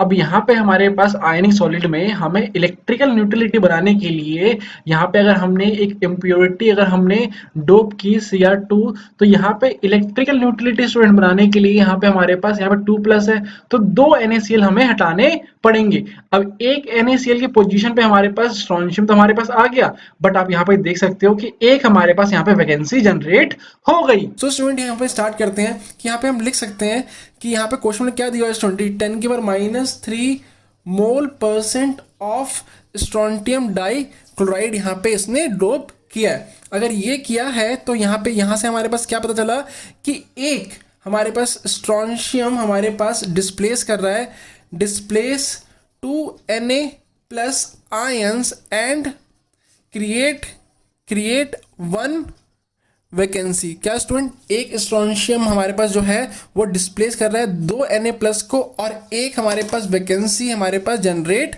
हो रही है। सो स्टूडेंट इसको आगे हम कैसे करेंगे, अगर हमारे पास ये कितना परसेंट में दिया हुआ है तो हम बात करेंगे यहाँ पे 100 mole of NaCl dope with Sr2 plus, और यहाँ पे हमारे पास इसका कंसंट्रेशन कितना है, तो 10⁻³ मोल है स्टूडेंट। ओके स्टूडेंट, अब देखते हैं यहाँ पे आगे। अगर ये हमारे पास 100 मोल नहीं है, यहाँ पे हमारे पास 1 मोल NaCl हमारे पास हुआ, तो ये 10⁻³ और नीचे हमारे पास कितना होगा स्टूडेंट, तो यहाँ पे हमारे पास हो गया 100, तो टोटल हमारे पास कितना आ गया स्टूडेंट, तो 10⁻5 मोल हमारे पास आ गया। अब यहाँ पे बात करें 1 मोल, यहाँ से हमारे पास क्या 1 मोल Sr2 हमारे पास कितना कर रहा है, तो 1 मोल वैकेंसी क्रिएट कर रहा है। सो यहाँ पे हमारे पास हम बात करें कि 1 मोल Sr2 प्लस क्रिएट, सो सुनो अगर यहाँ पे हम बात करें कि 1 मोल जो हमारे पास है स्ट्रोंटियम वो क्रिएट कर रहा है कितना, तो 1 मोल वैकेंसी हमें ये क्रिएट कर रहा है। सो स्टूडेंट यहाँ पे हमारे पास एक्चुअली में 1 मोल तो है नहीं, वो कितने मोल हैं, तो ये हमारे पास है 10⁵ मोल ऑफ स्ट्रोंटियम कितना क्रिएट करेगा स्टूडेंट, तो यहाँ पे हमारे पास इसको यहाँ बोलते हैं यूनिटरी मेथड 10⁻⁻5 मोल वैकेंसी हमारे पास ये क्रिएट हो जाएगी। अब हमें निकालना है क्या कि उसका कंसंट्रेशन कितना होगा, तो यहाँ पे 10⁻⁵ मोल का हमारे पास जो नंबर होता है वो कितना होता है, तो इंटू 6.022 इंटू 10⁻23 वैकेंसी हमें मिल गई। इसको सॉल्व कर लो स्टूडेंट, हमारे पास आंसर कितना आया फाइनल, तो 6.022 इंटू 10⁻ कितना 18 vacancy of cation. So student यही हमारे पास आंसर है इसका, और आपको ऐसे ही सॉल्व करना है। बच्चों स्क्रीन पे देख पा रहे हो class 12 chemistry chapter 1 solid state में से एमसीक्यू, साथ में वन वर्ड आंसर और मोस्ट इंपॉर्टेंट न्यूमेरिकल्स कौन कौन से आ सकते हैं और पीछे आए हुए हैं उसके बारे में हम बात करेंगे। देखते हैं पहला क्वेश्चन हमारे पास क्या है। तो पहला क्वेश्चन हमारे पास है, what type of stoichiometric defect is shown by ZnS। Zinc sulphide में कौन सा स्टोइचोमेट्रिक डिफेक्ट देखने को मिलता है? तो यहां पे हमारे पास जिंक सल्फाइड में फ्रैंकल डिफेक्ट देखने को मिलता है। क्यों? क्योंकि जिंक और सल्फाइड जो हमारे पास सल्फर है, इसका जो साइज होता है कैटायन और अनायन का जो साइज डिफरेंट अगर होता है तो यहां पे हमारे पास फ्रैंकल डिफेक्ट देखने को मिलता है। तो इसका आंसर हमारे पास क्या हो गया? तो Frenkel defect. One word answer है, बस आप लिख दो फ्रैंकल डिफेक्ट, आपके 1 मार्क्स पूरे पक्के हो जाएंगे। नेक्स्ट क्वेश्चन हमारे पास है, out of KCl and AgCl which one show Schottky defect and why. अब ये क्वेश्चन 1 मार्क्स में आता है, 2 मार्क्स में आपका आएगा नहीं, भले वाई यहां पे आ चुका हो। अब इसमें से जो KCl है और AgCl में से जो शॉर्टकी डिफेक्ट शो करता है वो हमारे पास है KCl, पोटेशियम क्लोराइड। इसमें हमारे पास शॉर्टकी डिफेक्ट शो करता है। क्यों? क्योंकि यहां पे कैटायन और अनायन का साइज सिमिलर है और इसी कारणवश ये जो हमारे पास KCl है ये शॉर्टकी डिफेक्ट शो करता है और AgCl हमारे पास क्या करता है? तो फ्रैंकल डिफेक्ट शो करता है due to difference in size of cation और अनायन। और बच्चों इसके आंसर की मैं आपको डिटेल में वहां पे लिख के दे दूंगा। अब यहां पे लिखना पॉसिबल नहीं है इस PDF में क्योंकि मेरे पास वो ग्राफिक पैड नहीं है। आपको बस यहां पे मैं डिस्कस कर रहा हूं और इसके बाद हम बोर्ड पे भी डिस्कस करने वाले हैं न्यूमेरिकल। ओके, तो बने रहिए इस वीडियो के एंड तक। नेक्स्ट बात करते हैं क्वेश्चन नंबर 3 की, why does ZnO appear yellow on heating. जब हम इसको हीट करते हैं जिंक ऑक्साइड को तो ये हमारे पास येलो कलर शो क्यों करता है? बिकॉज ऑन हीटिंग ZnO, अगर हम बात करें ZnO को अगर हम हीट करते हैं तो यहां पे हमारे पास ऑक्सीजन रिलीज हो जाता है और इसी कारणवश ये जो हमारे पास जिंक है वो येलो शो करता है। अगर मैं आपको यहां पे अगर लिखने के लिए बताऊं तो आप यहां पे लिखोगे on heating it loses oxygen and turn yellow. अब बढ़ते हैं क्वेश्चन नंबर 4 के ऊपर, name the defect in the following crystal. इस क्रिस्टल में कौन सा डिफेक्ट आपको देखने को मिल रहा है? तो ध्यान से अगर आप देखोगे इसका स्ट्रक्चर तो ये हमारे पास जो 2 बॉक्स है ये एम्प्टी है। अब अगर यहां पे देखें तो यहां पे मतलब खाली क्या क्या है? तो यहां पे हमारे पास Y नेगेटिव अनायन कैटायन। नेक्स्ट अगर हम देखें तो कैटायन, तो यहां पे हमारे पास एक हमारे पास कैटायन मिसिंग है और नीचे अगर हम देखें तो एक हमारे पास अनायन मिसिंग है। तो जब भी सेम नंबर ऑफ कैटायन और अनायन मिसिंग होते हैं तो वहां पे हमारे पास शॉर्टकी डिफेक्ट होता है। जब भी हमारे पास सेम नंबर ऑफ कैटायन और अनायन मिसिंग होते हैं तो हमारे पास कौन सा डिफेक्ट होता है? तो स्टोइचोमेट्रिक डिफेक्ट में हमारे पास शॉर्टकी डिफेक्ट निकल के आता है, जिसे हम अगर हम देखें नॉर्मल में तो उसे वैकेंसी डिफेक्ट भी बोलते हैं। तो यहां पे आपका आंसर क्या होगा? तो शॉर्टकी डिफेक्ट और 1 मार्क्स आपके पूरे हो गए। नेक्स्ट बात करते हैं क्वेश्चन नंबर 5 और क्वेश्चन नंबर 6। इसमें हमें मॉलिक्यूलर फार्मूला निकाल के देना है। तो इसके लिए मैं आपको ये नेक्स्ट जब हम बोर्ड पे भी हम बात करेंगे तो आपके लिए क्वेश्चन नंबर 5 और क्वेश्चन नंबर 6 हम बोर्ड पे समझ लेंगे। बात करते हैं क्वेश्चन नंबर 7 की, विच of the following favour the existence of substance in solid state. Solid state में ये कौन सी चारों कंडीशन में से वो कौन सा कंडीशन जो कि फेवरेबल है? तो अगर बात करें वीक कोहेसिव फोर्स, तो किसी 2 एटम के बीच में अगर वीक फोर्स हुआ तो क्या वो सॉलिड फॉर्म में होगा? तो नहीं जी, बिल्कुल नहीं हुआ। तो ये ऑप्शन हमारे पास गलत हो गया। हाई टेम्परेचर, अगर किसी 2 मॉलिक्यूल के बीच में हमारे पास हाई टेम्परेचर हुआ, अगर वहां पे ज्यादा एनर्जी दे दी तो खुद ही ब्रेक हो जाता है, ये भी हमारे पास फेवरेबल नहीं है। नेक्स्ट बात करते हैं लो टेम्परेचर। तो अगर किसी भी एटम में किसी भी 2 एटम के बीच में अगर लो टेम्परेचर होता है तभी जाके वो सॉलिड फॉर्म करता है। तो यहां पे हमारे पास जो आंसर जो करेक्ट ऑप्शन होगा वो है low temperature. High thermal energy भी यहां पे गलत ऑप्शन है।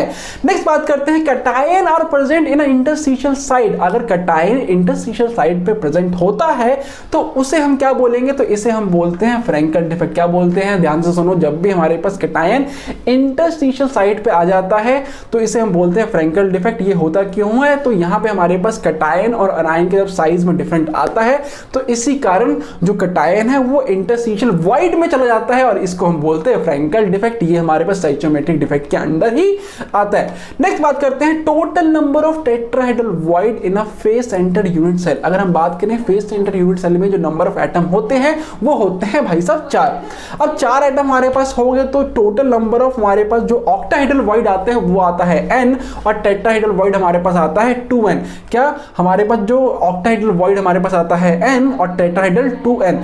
तो अगर हम यहाँ पे देखें तो यहाँ पे हमारे पास n हमारे पास कितना हो गया? तो हमारे पास 4 हो गया। टेट्राहेड्रल वॉइड कितना हो गया? तो 4 into n 4 into 2, तो हमारे पास आंसर आएगा 8। डन। आपके लिए यहाँ पे हमारे पास जो नेक्स्ट क्वेश्चन आ रहा है वो है the percentage of empty space in body centred cubic arrangement is.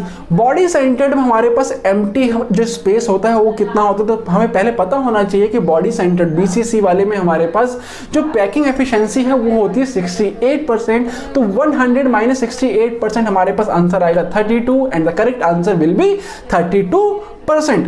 Next question हमारे पास है the correct order of packing efficiency in the following type. इनमें से हमारे पास FCC, BCC और सिंपल यूनिट सेल में से मतलब जो ऑर्डर लिखा हुआ है उसमें से कौन सा ऑर्डर सही है। तो सबसे ज्यादा हमारे पास जो पैकिंग एफिशिएंसी होती है वो होता है हमारे पास फेस सेंटर यूनिट सेल, क्योंकि उसमें हमारे पास 4 एटम होते हैं। BCC में हमारे पास 2 होते हैं और सिंपल यूनिट सेल में हमारे पास सिर्फ एक होता है, ठेंगा नहीं, एक होता है। सबसे ज्यादा हमारे पास पैकिंग एफिशिएंसी होने वाली है face centre unit cell FCC में, उसके बाद हमारे पास होगा BCC में और उसके बाद सबसे कम हमारे पास होगा सिंपल यूनिट सेल में।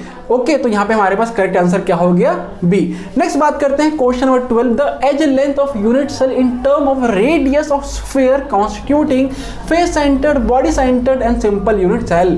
तो इसमें हमारे पास कौन सा रिलेशनशिप, कौन सा हमारे पास ऑप्शन ठीक होगा। तो पहले अगर हम बात करें तो face centred unit cell FCC में हमारे पास A = 2√2R होता है। तो यहाँ पे हमारे पास जो पहला ऑप्शन है वही हमें दिख रहा है कि यहाँ पे हमारे पास जो फेस सेंटर्ड में A = 2√2R होता है और बाकी किसी में ये है नहीं।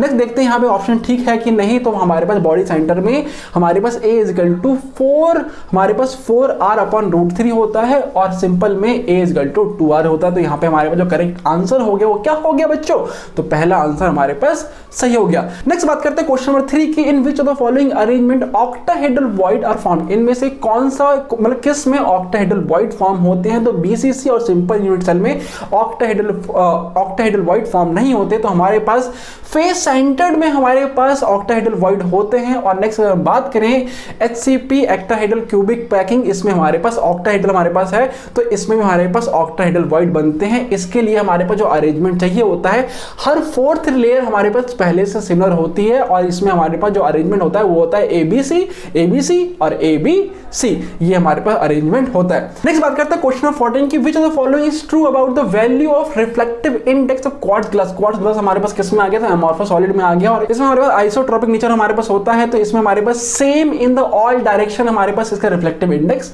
निकल गया, सारे डायरेक्शन में हमारे पास सेम ही रिफ्लेक्टिव इंडेक्स होगा। नेक्स्ट बात करते हैं क्वेश्चन नंबर 15 के ऊपर the sharp melting point of crystalline solid is due to, जो हमारे पास क्रिस्टलाइन सॉलिड होता है उसका शार्प मेल्टिंग पॉइंट क्यों होता है। तो हमारे पास हमें देखना पड़ेगा कि जो क्रिस्टलाइन सॉलिड है उसका हमारे पास प्रॉपर्टी क्या क्या है। तो इसमें तो हमारे पास अगर देखें तो जो बिल्कुल क्लियर आंसर है वो है रेगुलर अरेंजमेंट। क्रिस्टलाइन सॉलिड में हमारे पास रेगुलर अरेंजमेंट आती है। नेक्स्ट हमारे पास क्या होता है, तो जो ये लॉन्ग डिस्टेंस में हमारे पास जो इसका कांस्टेंट पार्टिकल होता है वो लॉन्ग डिस्टेंस में अरेंज होते हैं। तो इसलिए जो इसका करेक्ट आंसर होगा वो होगा बी। और नेक्स्ट क्वेश्चन हमारे पास आने वाले हैं न्यूमेरिकल टाइप, तो उसके लिए चलते हैं डायरेक्टली बोर्ड पे। बच्चों आप देख लेते हैं क्वेश्चन नंबर 5 और 6 जो कि अभी हम स्किप करके आए थे। तो क्वेश्चन नंबर 5 हमारे पास है अ cube solid is made of 2 element. एक क्यूब सॉलिड जो कि बना है A और B से, element A form CCP while atom of B element occupy 1/3 of tetrahedral void. जो A हमारे पास है उसमें हमारे पास क्या बन रहा है, CCP हमारे पास अरेंजमेंट बन रहा है और उसके अंडर ही जो वॉइड बने हैं टेट्राहेड्रल वॉइड, उसमें अगर हम बात करें तो इसने टेट्राहेड्रल वॉइड में इन्होंने कितना कर रखा है, तो एलिमेंट ऑक्यूपाई 1/3, 1/3 टेट्राहेड्रल वॉइड को ऑक्यूपाई किया है। What is a formula of solid. तो यहाँ पे हमें मॉलिक्यूलर फॉर्मूला बताना है। तो क्वेश्चन नंबर 5 में हमारे पास A और हमारे पास B एलिमेंट है, डन। अब यहाँ मान लो कि ये जो टोटल नंबर ऑफ एटम है, टोटल नंबर ऑफ एटम्स हमारे पास क्या हो गए, तो ये हमारे पास हो गए N। ओके, तो ऑक्टाहेड्रल वॉइड हमारे पास जितने नंबर ऑफ एटम होते हैं वही होते हैं और टेट्राहेड्रल वॉइड हमारे पास क्या हो जाएंगे, तो 2n होते हैं। तो यहां से अगर हम देखें तो A ने कंप्लीट हमारे पास n नंबर ऑक्यूपाई कर लिया है। और अगर हम बात करें यहाँ पे B की, तो B में हमारे पास इसने कितना ऑक्यूपाई किया है, तो कितना है हमारे पास, तो 1/3 of tetrahedral void. Tetrahedral void हमारे पास कितने होते हैं, तो टेट्राहेड्रल वॉइड हमारे पास 2n होते हैं। तो यहाँ पे इंटू 2n हमारे पास हो गया, डन। यहाँ से हम करेंगे मॉलिक्यूलर फॉर्मूला AN और B हमारे पास कितना हो गया, 2n/3 3 हो गया। ओके, कोई दिक्कत तो नहीं है अभी तक। यहाँ से हमारे पास ये कैंसिल आउट होगा, ये हमारे पास n हट गया, तो मॉलिक्यूलर फॉर्मूला क्या बन गया हमारे पास, A3B2 हमारे पास मॉलिक्यूलर फॉर्मूला आ गया, और ये हमारे पास राइट आंसर भी हो गया। अब बच्चों देखिए क्वेश्चन नंबर 6, इसको मैं बिताता हूं, आपको इसका स्क्रीनशॉट आपने ले ही लिया होगा, नहीं किया तो पीछे जाकर देख लो, और इसका जो आंसर की है आपको टेलीग्राम ग्रुप पे भी मिल जाएगा। क्वेश्चन नंबर 6 अगर हम यहाँ पे देखें तो क्वेश्चन नंबर 6 हमारे पास है, a compound is form by 2 element. यहाँ पे हमारे पास एक कंपाउंड बना है x और y से। एटम ऑफ एलिमेंट y जो कि हमारे पास क्या है, तो अनायन है, make CCP arrangement those of the element x। x हमारे पास क्या है, तो ये कटायन है। ऑक्युपाई ऑल ऑक्टाहेड्रल वॉइड, अब जो ये x है वो सारे ऑक्टाहेड्रल वॉइड पे है, तो यहाँ पे हमारे पास जो y है, हमारे पास जो ये y है ये कहाँ पे है, तो ये इसलिए CCP फॉर्म कर रहा है, तो यहाँ पे हमारे पास n आ गया। नेक्स्ट अगर हम देखें जो कि x है, जो कि हमारे पास अनायन है, वो क्या फॉर्म कर रहा है, तो इसने ऑक्टाहेड्रल वॉइड ऑक्युपाई किया है, जो कि n के बराबर ही होते हैं। तो यहाँ से हमारे पास ये क्या है, तो ये हमारे पास क्या है बच्चों, कटायन है, जो कि पहले आएगा, तो XN YN, तो मॉलिक्यूलर फॉर्मूला हमारे पास क्या बन गया, X1 और Y1, तो यहाँ पे हमारे पास ये आ गया आंसर क्वेश्चन नंबर आपको किसका, तो 6 का। आई होप आपको ये क्लियर हो गया हो। अब बढ़ते हैं सीधा न्यूमेरिकल के ऊपर। ओके, तो चलो अब बात करते हैं यहाँ पे क्वेश्चन नंबर 16 की। तो जो भी न्यूमेरिकल आपके पेपर में आते हैं, सबसे पहले आपको वहां से डाटा होता है वो अपने जो आपकी आंसर कॉपी है उस पर आपको लिखना पड़ेगा। तो क्वेश्चन नंबर 16 में अगर हम बात करें, क्वेश्चन नंबर 16 में तो क्या बोल रहा है, an element crystallize in FCC, जो क्रिस्टल है हमारे पास किस फॉर्म में है, तो FCC में है। FCC lattice and used with a cell edge of 300 picometre, और यहाँ पे हमारे पास जो ये लेंथ हमारे पास है वो कितना है, तो 300 पिकोमीटर है। जो A हमारे पास कितना आ गया, तो 300 पिकोमीटर आ गया। आई होप आपको यहाँ पे जो डेंसिटी का फॉर्मूला है वो क्लियर होगा, नहीं होगा तो आई बटन आपको वीडियो मिल जाएगी, जाके आप वहां पे पहले वो देखिए और फिर इसके बाद इस पे आइए। The density of element is, जो डेंसिटी हमारे पास है वो 10.8 ग्राम पर सेंटीमीटर क्यूब है। Calculate the number of atom present in 108 gram of element, 108 gram of जो अगर हम बात करें एलिमेंट में, तो उसमें नंबर ऑफ एटम कितने होने वाले हैं। तो पहले तो यहाँ पे हमें जो गिवन है, हमारे पास जो गिवन है हमें वो लिखना होता है। तो यहाँ पे हमारे पास अगर FCC है तो नंबर ऑफ एटम जिसे हम Z बोलते हैं वो कितना हो जाएगा, तो हमारे पास ये हो गया 4। ओके, A हमारे पास कितना है, A हमारे पास है 300 पिकोमीटर हमारे पास है। आपको इसमें सेंटीमीटर चेंज करना पड़ेगा, क्यों, क्योंकि जो आपकी डेंसिटी है वो ग्राम पर सेंटीमीटर में है। तो 300 इनटू पिकोमीटर को आप चेंज करोगे सेंटीमीटर में, तो 10 की पावर -10 सेंटीमीटर हमारे पास हो गया। इसको ऑल सॉल्व कर लो तो 3 इंटू 10 के पावर -8 सेंटीमीटर आपका वैल्यू एक ही आ गई। आपको पहले ये सारी चीज़ें करनी पड़ेगी। आपको जो मास दिया हुआ है कितना है, तो 108 ग्राम में आपको नंबर ऑफ एटम फाइंड करने हैं, आपको Na आपको फाइंड करना है। ओके, और तो उसमें कुछ नहीं दिया हुआ, नहीं और कुछ नहीं दिया हुआ। अब हमारे पास जो डायरेक्टली फॉर्मूला होता है density is equal to molar mass, जिसे हम बोलते हैं, जो कि हमारे पास मास ही हुआ इस केस में। अब यहाँ पे हमारे पास मोलर मास इंटू Z हमारे पास क्या होता है, तो यहाँ पे कौन से कितने एटम है हमें देखना पड़ता है। और नीचे हमारे पास आता है Na और ये A क्यूब। ये फॉर्मूला मैंने ड्राइव करना सिखाया है, जाइए वीडियो आप देखिए, आई बटन आपको वीडियो मिल जाएगी। अब कुछ नहीं करना आपको बच्चों, कुछ नहीं करना, बस इसमें आपको वैल्यू पुट करनी है और आपका आंसर आ जाएगा।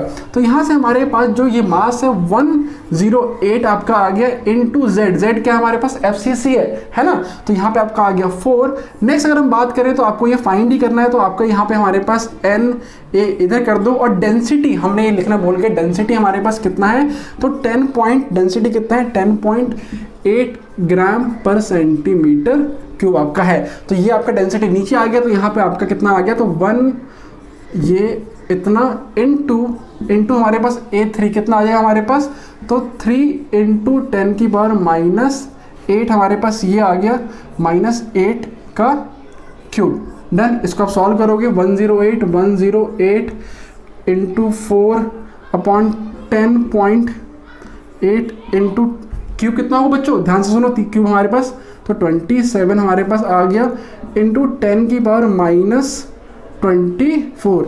डन, अब इसको सॉल्व करोगे तो इसका जो आंसर आने वाला है वो आएगा आपका 4.2 इंटू 10 की पावर 23 एटम्स आपका आंसर आ जाएगा। मोस्ट इंपॉर्टेंट क्वेश्चन है, दो बार बोर्ड में आ चुका है और चांसेस हैं कि इस बार भी आए। स्क्रीनशॉट ले लो, फिर बढ़ते हैं आगे। अब जो बात करते हैं क्वेश्चन नंबर 17, क्वेश्चन नंबर 17 की यहाँ पे हम बात करेंगे। तो क्वेश्चन नंबर 17 हमारे पास क्या है, तो an element x with N atomic mass कितना, तो 81 U हमारे पास आ गया है। डेंसिटी कितनी आ गई, तो ये सारी चीजें हमें पहले लिखनी होती है, न्यूमेरिकल्स में हमें जो भी चीजें दी होती है वो लिखनी होती है। तो एटॉमिक मास हमारे पास, मास कितना आ गया, मास हमारे पास आ गया 81 U। नेक्स्ट अगर हम देखें तो डेंसिटी हमारे पास दिया हुआ है 10.2 ग्राम पर सेंटीमीटर क्यूब। ये दिख रहा है क्या, हाँ बिल्कुल दिख रहा है। तो यहाँ पे हमारे पास ये भी हमारे पास आ गया N A number of atom हमें लेना है क्या, तो एवोगैड्रो नंबर 6.022 इंटू 10 की पावर 23 हमारे पास ये नंबर होता है, जो कि आपको पता भी है।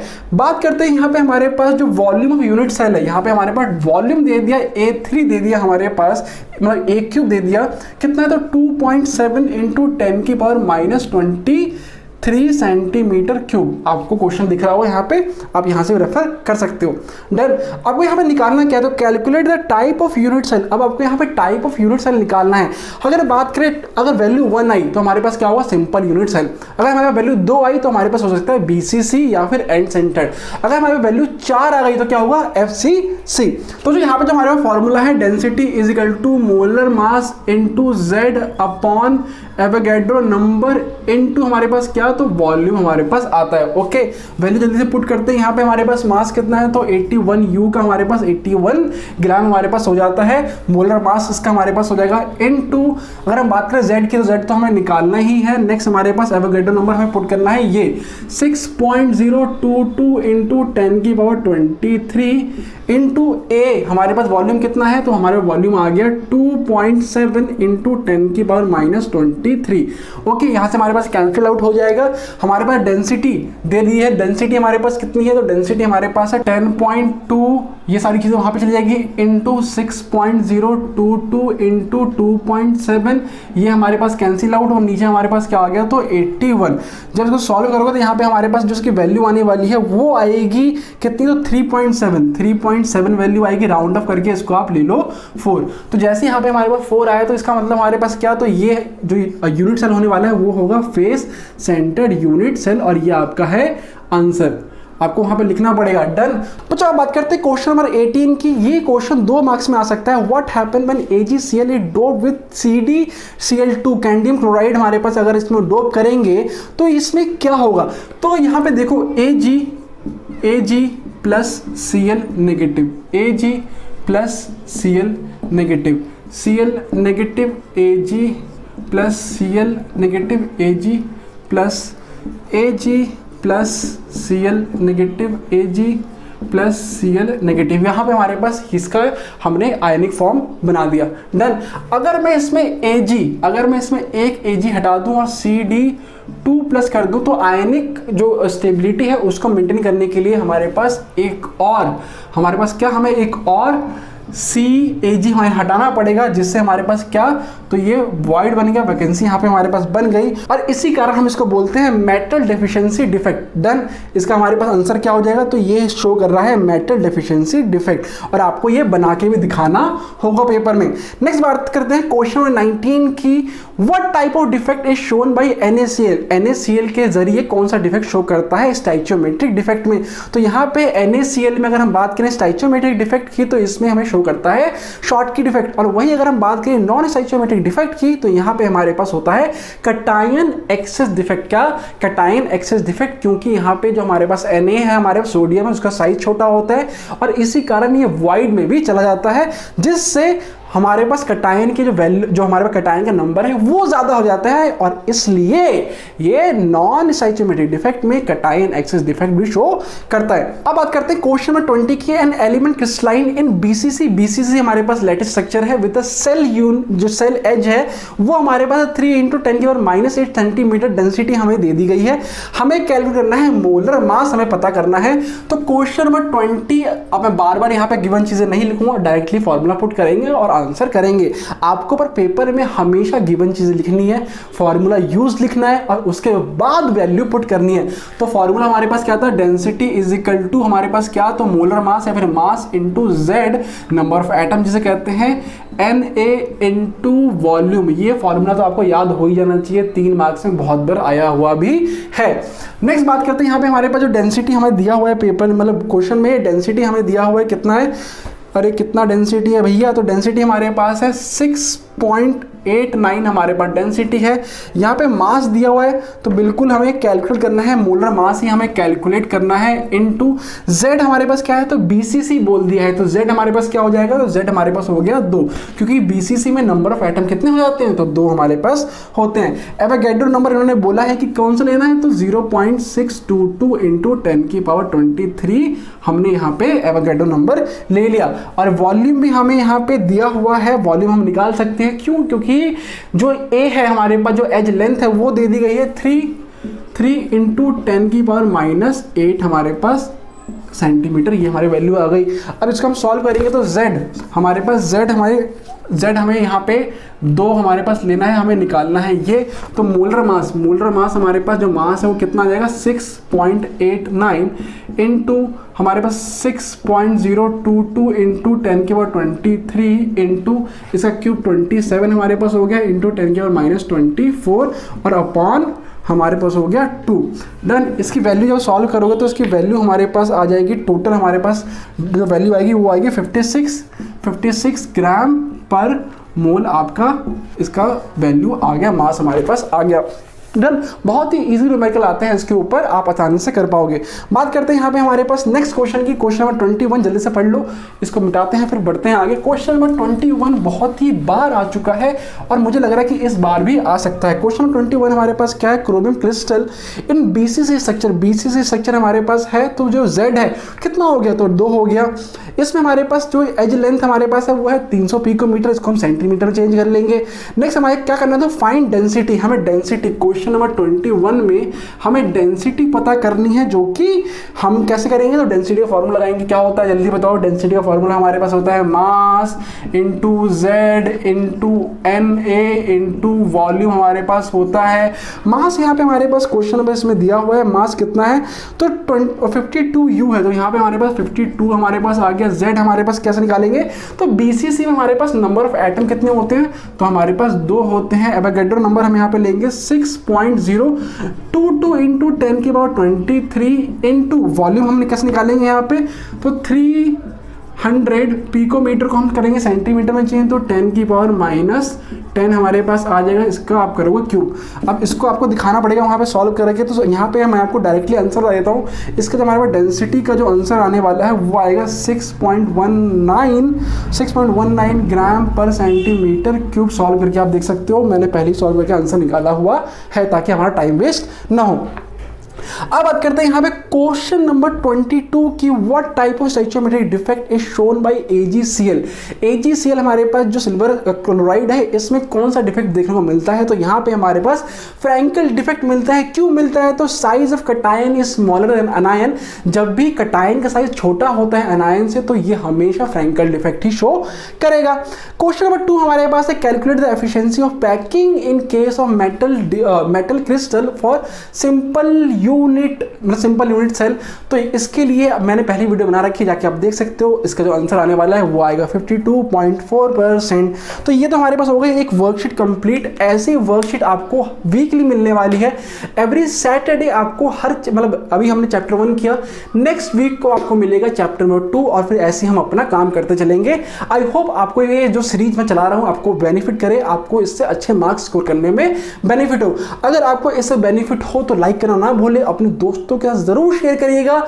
मिलते हैं अगली वीडियो में, तब तक के लिए हरे कृष्णा।